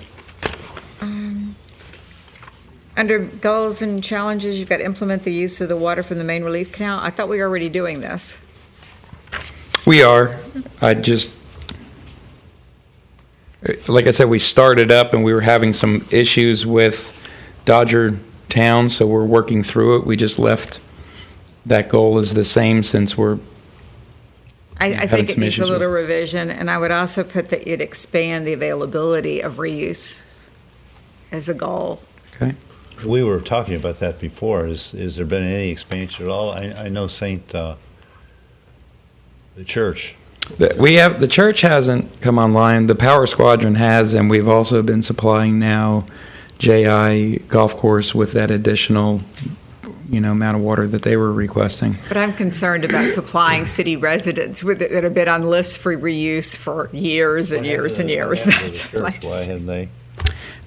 We offered it to the church. They're still looking at it, but they had a capital expense, and their problem was they couldn't figure out how much water they were using, and they didn't know how much their bill was going to be since it's not metered. So they were trying to come up with an idea of what their bill would be from an operating standpoint, and then how much capital it would take to get off their well and onto the other. As far as expanding, like I said before we expand to new customers, we want to make sure that we've addressed the issues with the force main, so there's availability there to expand to new customers. We don't want to compound the problem that we have during dry spells. We don't have enough water, and then take on more customers. It just keeps creating more. I thought we were okay with the the water from the. That's what I was just saying. We were not able to get the complete amount of water out of there that we would like. We're getting roughly 1.5 million, but our goal was 2 million so that we would have additional water to sell.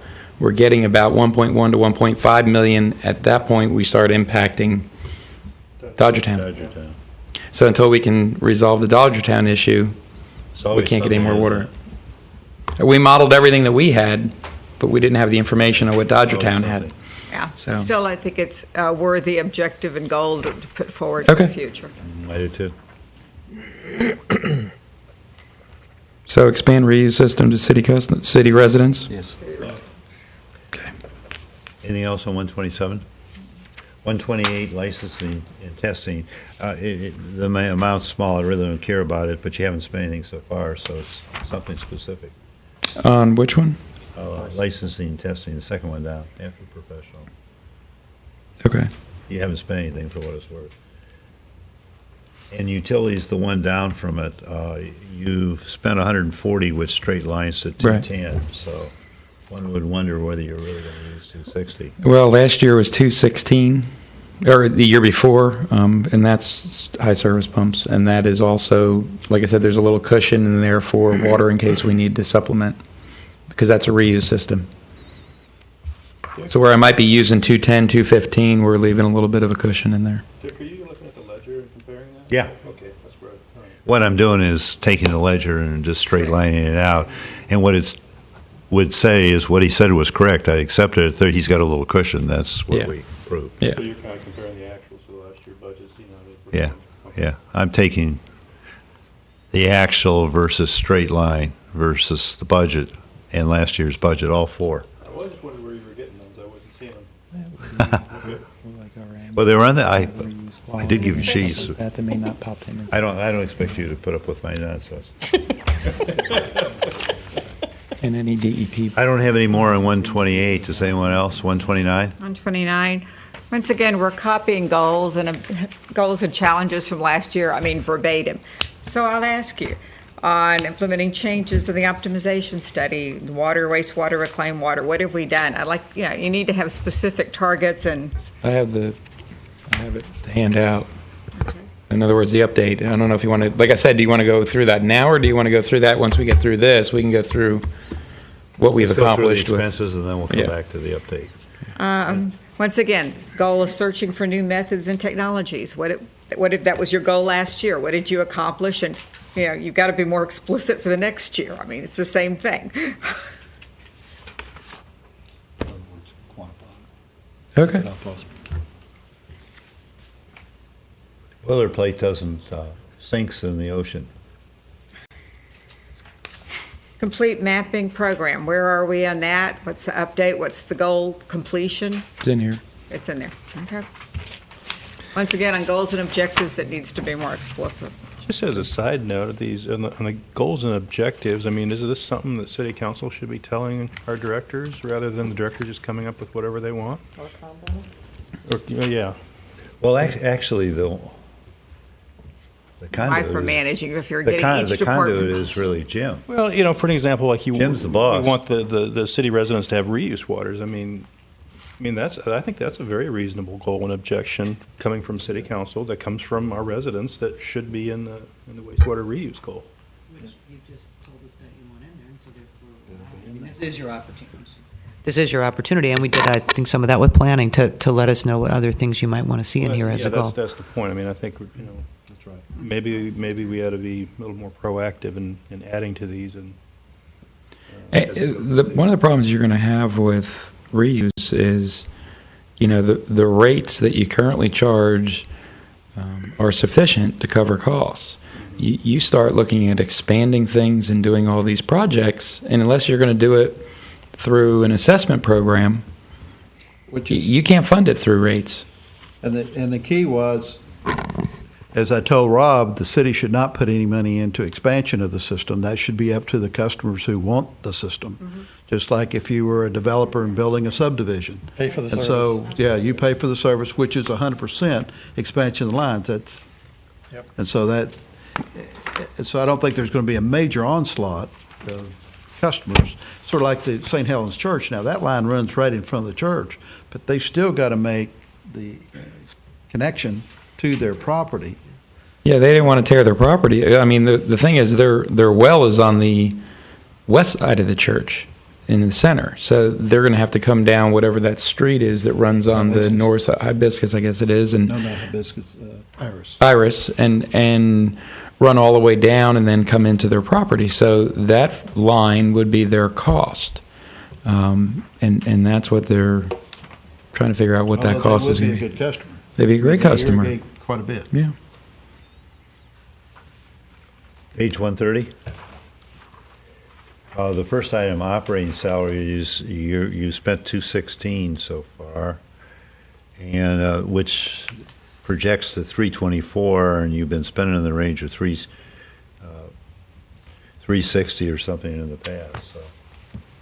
So, what is, in other words, I'm saying the 396 that you have projected for this year, you're not running anywhere near that rate.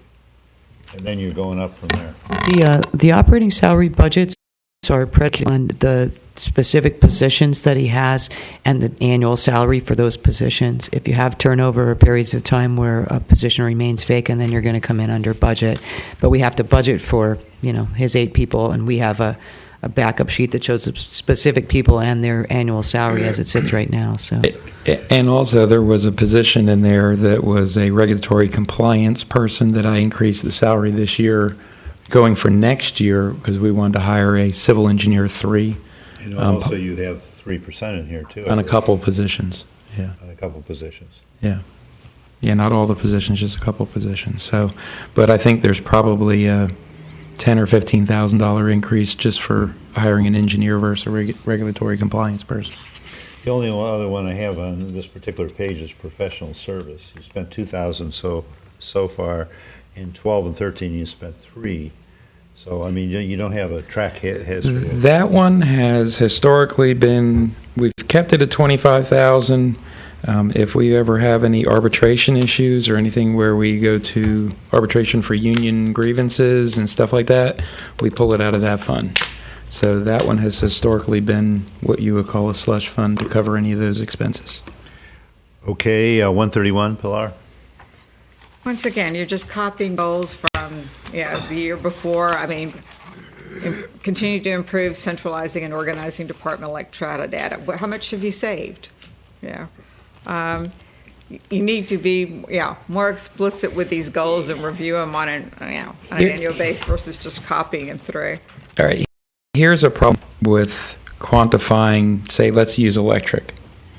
I can show, unless I can go through and do it on a kilowatt usage basis, which, then I'm buying equipment and monitoring stuff. I mean, I can calculate something, but for me to show you on a budget that I saved $10,000, if you have an increase in electric rates or a decrease in electric rates, it skews what I have from department. Purchasing a pump, how efficient it is, if it's utilizing less kilowatts than the existing I can do it on a basis like that, and we can, that's and we analyze those things before we replace them. So that's great. Then you've already done the information, you got it. So it's just a matter of presenting it. It's saying you're going to present it. okay. Once again, this facility management and assets should be a target of 5 people. And I guess I'm even wondering why you have a manager for this group, why it doesn't just report directly in. That manager is very, very busy. You're managing. He's really your assistant, is he not? He's one of the assistants, but your It's assistant. a top-heavy organization. Well, you have an assistant director that handles operations, and then you have $100 million worth of infrastructure that is out there that you have a manager managing that infrastructure and making sure that it's maintained. So, and he's the one that's doing all this cost analysis and all of the kilowatt hour savings and all the stuff that you're asking for. That person's doing it. There's nobody else. I mean, when you look at my organization. Two other engineers working, No, I don't. In your administration, do you have I a don't. civil engineer and a senior engineer, designer? The designer designs water lines and stuff like that, not maintenance stuff at structures and Then the you have plants. the manager of field operations. I just think you have a bit of a top-heavy organization. And the span of control certainly could be broadened. To who? To who? Have them reporting directly to you. You want all the field people directly reporting to me. No, I want this manager asset maintenance. I mean, your chief mechanic can report into you. You've got an assistant director, manager of field ops. It's not going to work. If I could reduce the management level, I would, but you're not going to reduce the management level. It won't.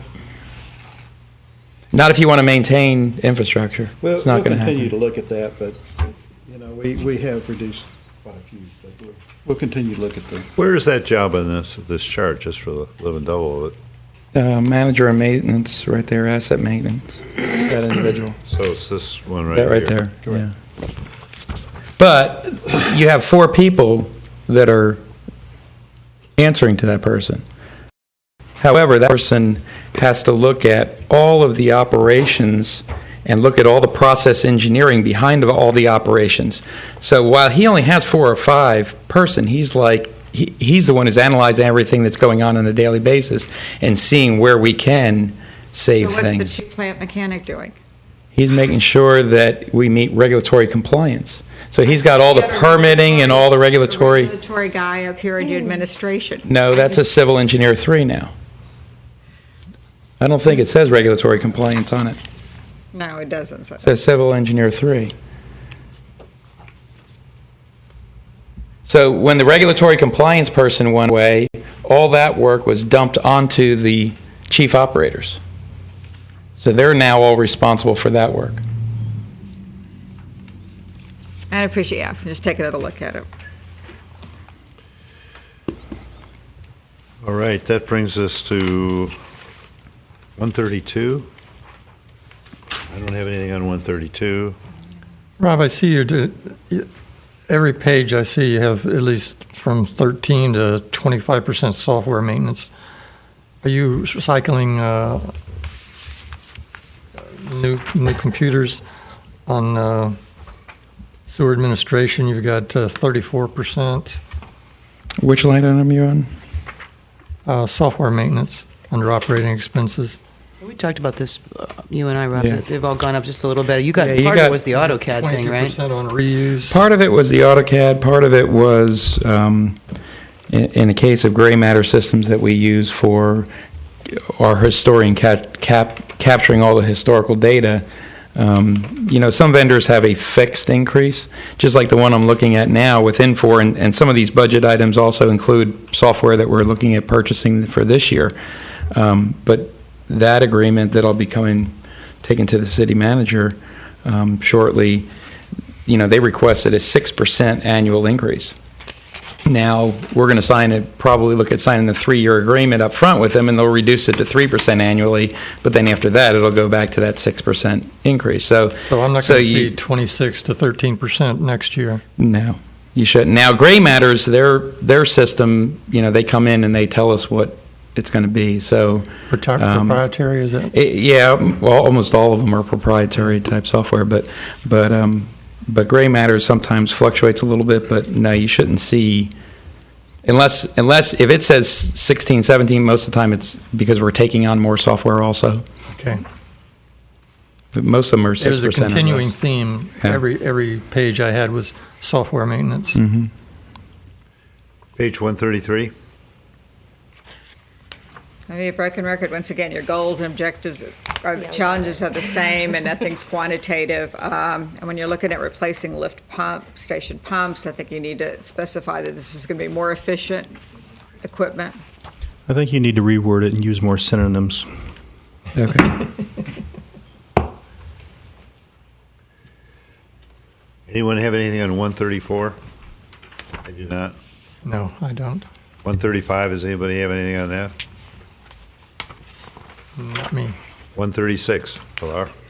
136 is the question. I mean, the GI study recommended 9 people as a target for water distribution, and we have 14.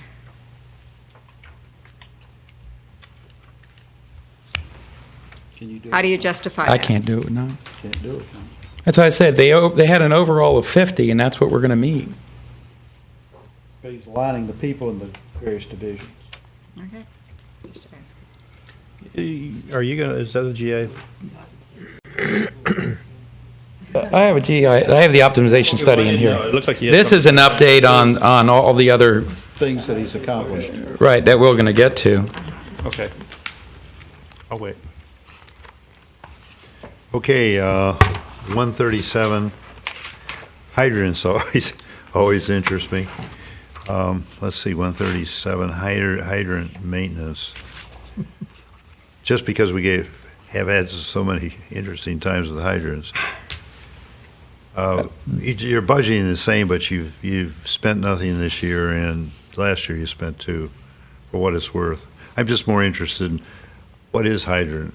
Hydrant maintenance in that case is, the cost of the paint, the cost of the brushes, the cost of chains, the cost of internal parts, grease, to buy all those supplies, and when you get to replacement of hydrants, then it would come under a capital item.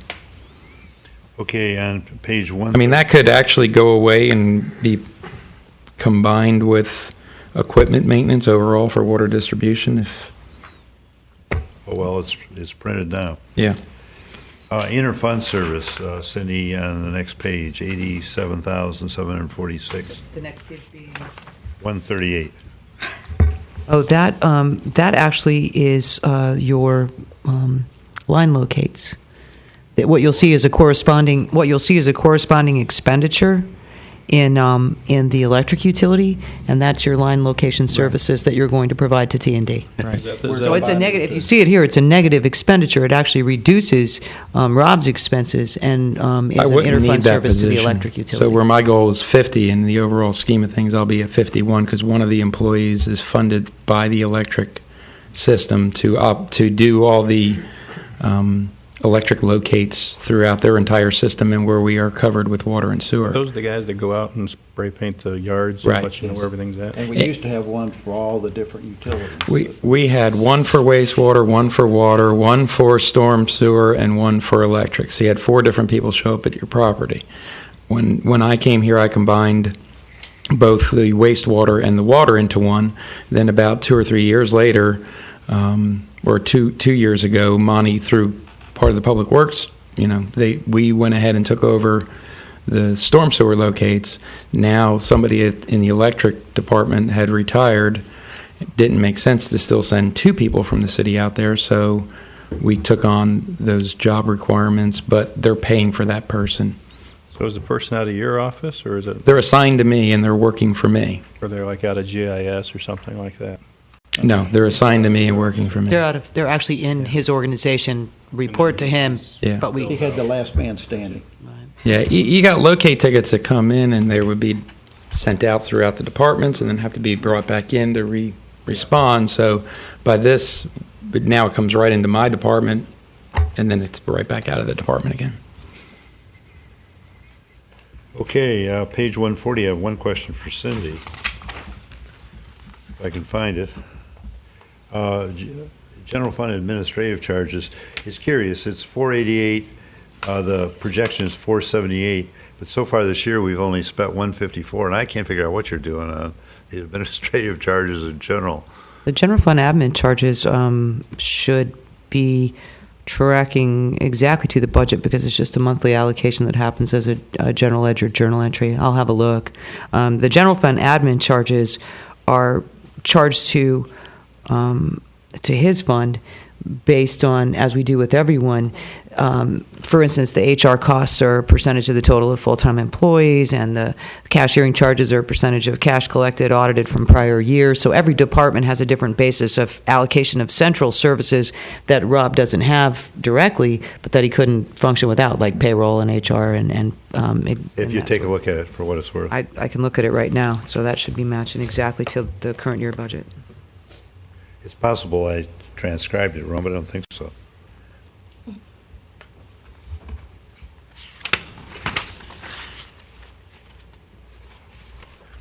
That would, where do we go next? We have, Actually, we have Rob's. it's, if you look in the general ledger from April 31st, the year-to-date on general fund admin charges is $319,000, and it is in exactly where it's supposed to be at this point in the So year. it's my mistake. Yeah. Okay, I think you were looking at customer service, which is right above it, which is 154. lift the number. Did you give me?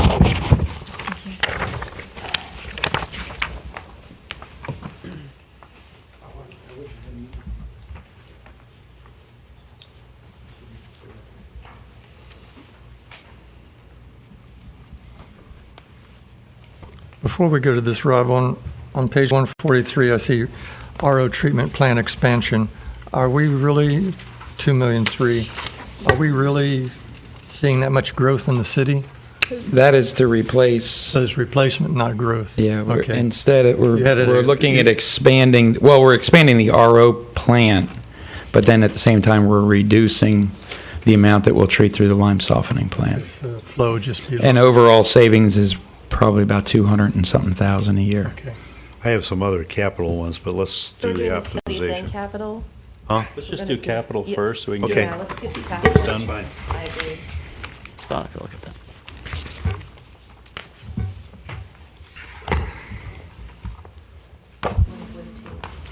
Oh, wait, Right. this is what we're switching Yeah, we're switching books because this will have the 5-year look and The summary is on page 91, and then the detail sheet's behind it.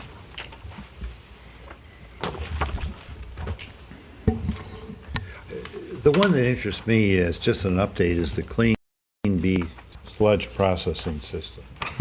Where are we on that? I mean, when is it really going to happen? Queen Bee is, yeah. Queen Bee, Who comes up everybody with those calls names? it. Well, a lot of people refer to it as Queen Bee for some reason. We are. Actually jumped a page ahead, so I'm sorry about that. Yeah.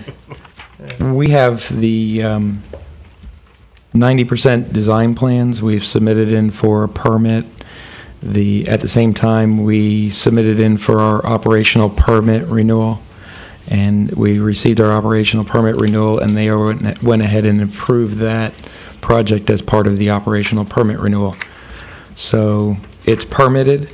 The engineering firm is completing, as we speak, the final design bid package specifications and work to be put out to bid for the containment structures and the roof cover itself. We are working with the legal department and through purchasing to purchase the equipment directly from the vendors, since the project is roughly about 1.35 and 1.15 of them is equipment. We want to save the sales tax instead of bidding it all out as a project. So we're working with those agreements. Hopefully they'll come back in front of council in August, September timeframe.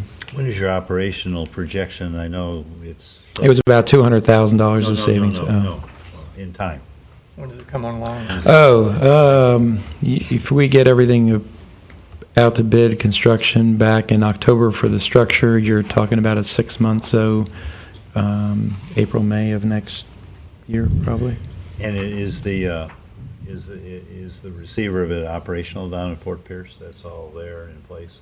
The Fort Pierce, their construction has been, I think, complete. I don't know if they're operating yet. They actually have jumped ahead of us, which that's fine.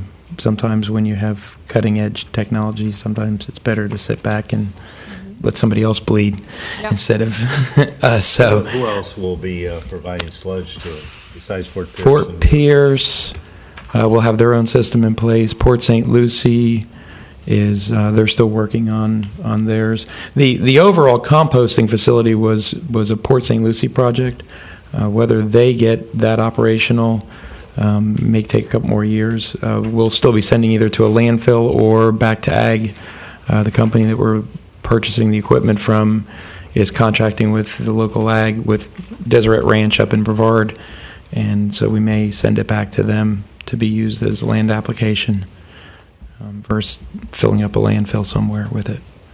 So I don't know how much, if any, we'll have on cost savings on that end, but it'll have gone through the, I'll call it a sterilization process and dehydrating. Yes. What do they call it, Class A? It's actually Class B. That's why it's called Clean B.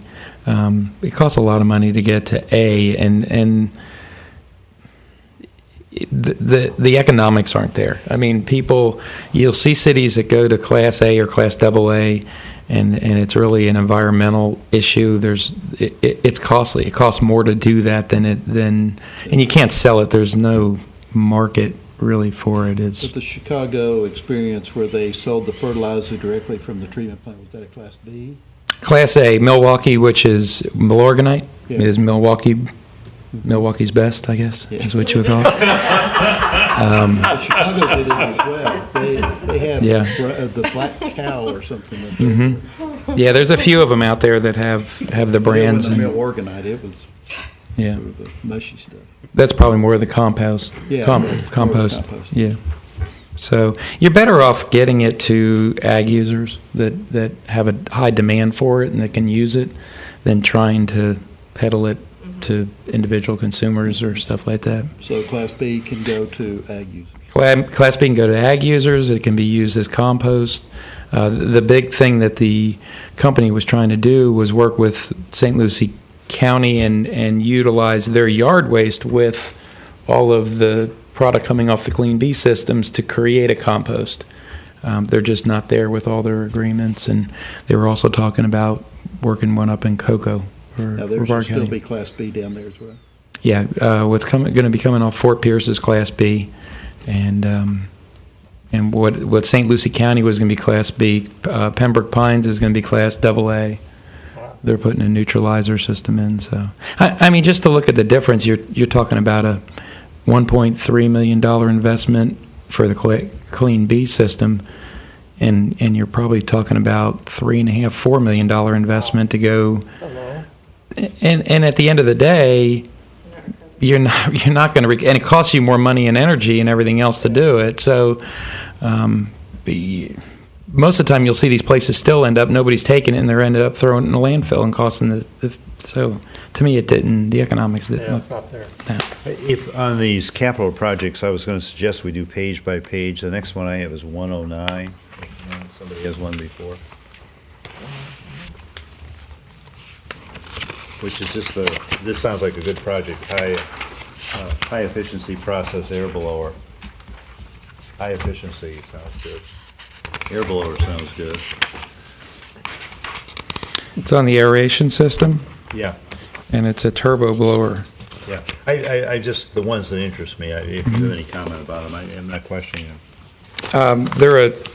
It's a sort of a conventional centrifugal style blower that's spinning at 950 or 1400 RPMs or whatever it is. This thing's going to be running at much higher RPMs. Still a squirrel cage? Yeah, but a lot smaller. It's a turbo type thing system that's producing the air, and they'll run at a power consumption decrease of about 25 to 30%. Wow. So there's huge savings there, and they came out in, I'd say, right around 06, 07, and now there's tons of. Neuros was one of the first ones. Now you have about 3 or 4 or 5 manufacturers all producing them, so they're tried and true, and they work. So we have the specs done on it, and we're within the next 30 days hoping to be on the street. It's got to get through purchasing. What's the payback on it? Just curious with the power saving, and it's just we got to buy it anyway because we got a 1988 worn out. I'm thinking it's about 2.5 to 3 years. That's good. Yeah. It's good for that sort of thing that you have to have anyway. Yeah. The next one I have is the one Craig had is 126, the RO. Back to 119 first? Yes, absolutely. Here. Stop me if there's one in between. Yeah, this is security gate control. I just wondered why it's $10,000 more at the water treatment plant versus the waste treatment plant, Rob? It's a bigger span for one. There's 2 gates at the water treatment plant that come out to the road and go back out. So you're talking about dual controllers versus at the wastewater plant, it's a single. Okay, thank you. Anything then before 126? I think this whole project, the RO, is just a little update. I mean, why do we want to do this? I think I know, but why don't you tell us anyway? Couple reasons. Economics is one, you're going to save money. The other is water quality. Right now, you have wells that are been drilled for. Some is probably 40 years old. We've never re-drilled a surficial well since I've been here for 14 years, and probably haven't drilled one in 20. So some of them may be as old as 50 to 30 years old, and then you're pulling water from the western well field and running it through an air stripper and stripping out everything before you treat it. But that's an additional cost to both us and the airport. So, and your regulations have been changing over the years to where they keep getting stricter and stricter and stricter as far as trihalomethane production levels, which 30 years ago they did a study said it could be cancer causing. So they've been utilities used to run in the 300s, and now we're down to 80 as our set limit, going down to 60, and then there's other disinfectant byproduct requirements. So with all those changing regulations, lime softening is becoming something of the past. You don't see many people treating water, pulling it out of the superficial aquifer, and using lime softening. With that said, if you go to complete reverse osmosis, you're creating an unstable water. You've removed everything. So the first time it comes in contact with something, it wants to neutralize, and so it's you have to Ions. right. So you're now treating back with raw water. Bypassing and treating back with raw water is one way of doing it, or you can install a calcification system to recalcify some of it. With the lime softening side of things, if we can reduce it down to where we're only using roughly 25 or 40% of the water, it's like a potentiometer. We can fine tune in our water quality because we're treating that water. We can let it be a little hard so that it reacts with the RO water, but we can fine tune and get a really good stable You're quality water. 25% RO now, or We're about 25. We're about 2/3, 1/3 And you're going as to the, you're and we're going going to switch the other way. Right. Yeah, we would have, an annual Two average. skids, right? You have three total, two 1.25 million skid and one that's about 2.1 million gallons, the existing skid. So you have about 4.6. So there's two skids in this. There's two skids in those numbers, yeah.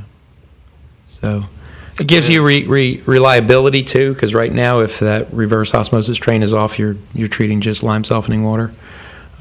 So we have to schedule any outages that we have when it's rainy season to do any maintenance on it. So. All of the replacement tubes are in the one we have now. Didn't we authorize that back some time ago?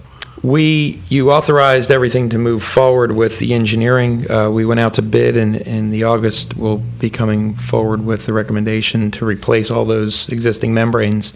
So they should be replaced over the next 6 months. When would this be operational? Just curious. We're also coming forward with the engineering proposal to start all that, and I think it crosses 15, 16, 14, 15, 15, 16, so Okay. in that budget period. What are we in, 14? Yeah, year and a half, 2 years, I guess. Next one I have is well, not really 133, but 131. Does anyone have one before? Just a comment on the high service pump replacement and refurbishment. Once again, I hope we're seeing an electrical use reduction of Yeah. those pumps. What we do is we'll deadhead the pumps, calculate what their amperage draw is, and then look at each one of them, how they're operating, and then we'll change the operating protocol to make sure that we're running the most efficient pumps at any given time and that they only sequence on, sort of like dispatching at the power plant, we dispatch those pumps the same way.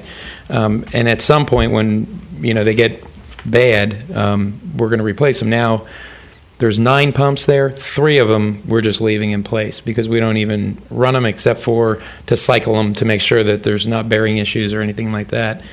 We don't need to operate with 9 pumps anymore. When back in the 80s, when we didn't have our reuse and everything, we had much higher pumping demands. Now we are able to do everything we need with just 6 pumps. So those are the ones that we're looking at cycling through and changing out some stuff on. 131, I didn't know that reverse osmosis, you had an odor problem. I've worked for a number of plants that had small, because we were using it in food processing or chemical processing, but that's kind of interesting. Yeah, if any of the deep injection wells, or not deep injection wells, but deep wells or Floridan wells as you want to call them, they have that rotten egg smell when you free flow with sulfur. So you strip that out, then you have to treat that airflow that you've now stripped it out, and so you're not expelling it into the. 133 is the wells that go with it. Back in the old days, you just did it, Yep. right? Downtown Fort Meade was the motor. Well, we did a pilot study here this last year where we tried to use the odor control VAPEX systems that we installed at the wastewater plant on the water plant, and to see if we could strip it out. We could do away with the biofilter beds and certain things there. And the problem that existed was the hydrogen sulfide gas was encapsulated in CO2, so it was reacting with the CO2 and not reacting with the hydrogen sulfide gas. So it didn't work. So it didn't cost us any. Well, it cost us about $1,000 to do the study, but You got smarter. that one wasn't going to work. So where are we at? No, 133, it's just the wells. There's no comment about it. I think it's self-explanatory. Right. It's just, it's all part of the same project is Yep. the point. I wondered on 136, unless someone has one before it, can we really get to 17, 18? I'm just reading your description. It says they're 32 years old and they're failing. Yeah, you have 11 filters at the water plant. So even if they, in the grand scheme of things, as we put in the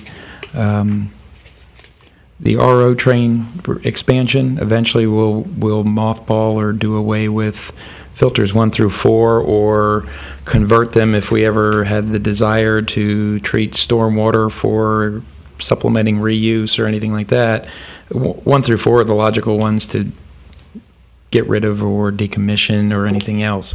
So, but however, they're operational at this point. So at any given day, you only need to run about 5 to 6 filters. So with 11 of them, I would still have, I still got backups to get me through to that period. If one broke, I could just leave it broken for 2 years until I got to where, and it was a function of money. You got to fit everything into how much money you have. Yeah. How about, what's the payback on page 145? I mean, you're talking about more efficient small pump to reduce energy costs. If the payback's good enough, should it wait till then? Is this a rhetorical Let me question? get to 145. On reuse? Yeah, high service pump on reuse. I mean, if it pays back in 2.5 years, why wait? It's a hard one to analyze because if you have a rainy You day, could just say, I know what I'm doing. I know what I'm doing. I That like makes that sense.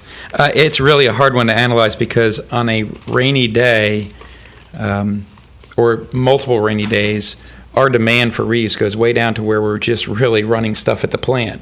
However, you have a pump that is designed to put out, and you might have a demand of 200 or 300 gallons a minute, but each one of your pumps is designed for 2,000 to 3,000 gallons per minute. So you're running it way down with a VFD on its curve, and although you're saving, if you had a much smaller pump sitting there that you could just kick over to, you'd again save more money. Now, how many days of that? And, it's not quantitative because during a wet season the last 2 years, you probably would have run it a lot. But if it's in a drought period of time, you may not run it that Well, that I much think off. the So- point is anything that has a 2 or 2.5 year payback in the way of energy is worth doing sooner rather than later. We can look at the diurnal curves and see where we're at over That's the the year only- and try that's to the only capture point. it I mean, and analyze it that way. It's just payback. Yeah. It is what it is.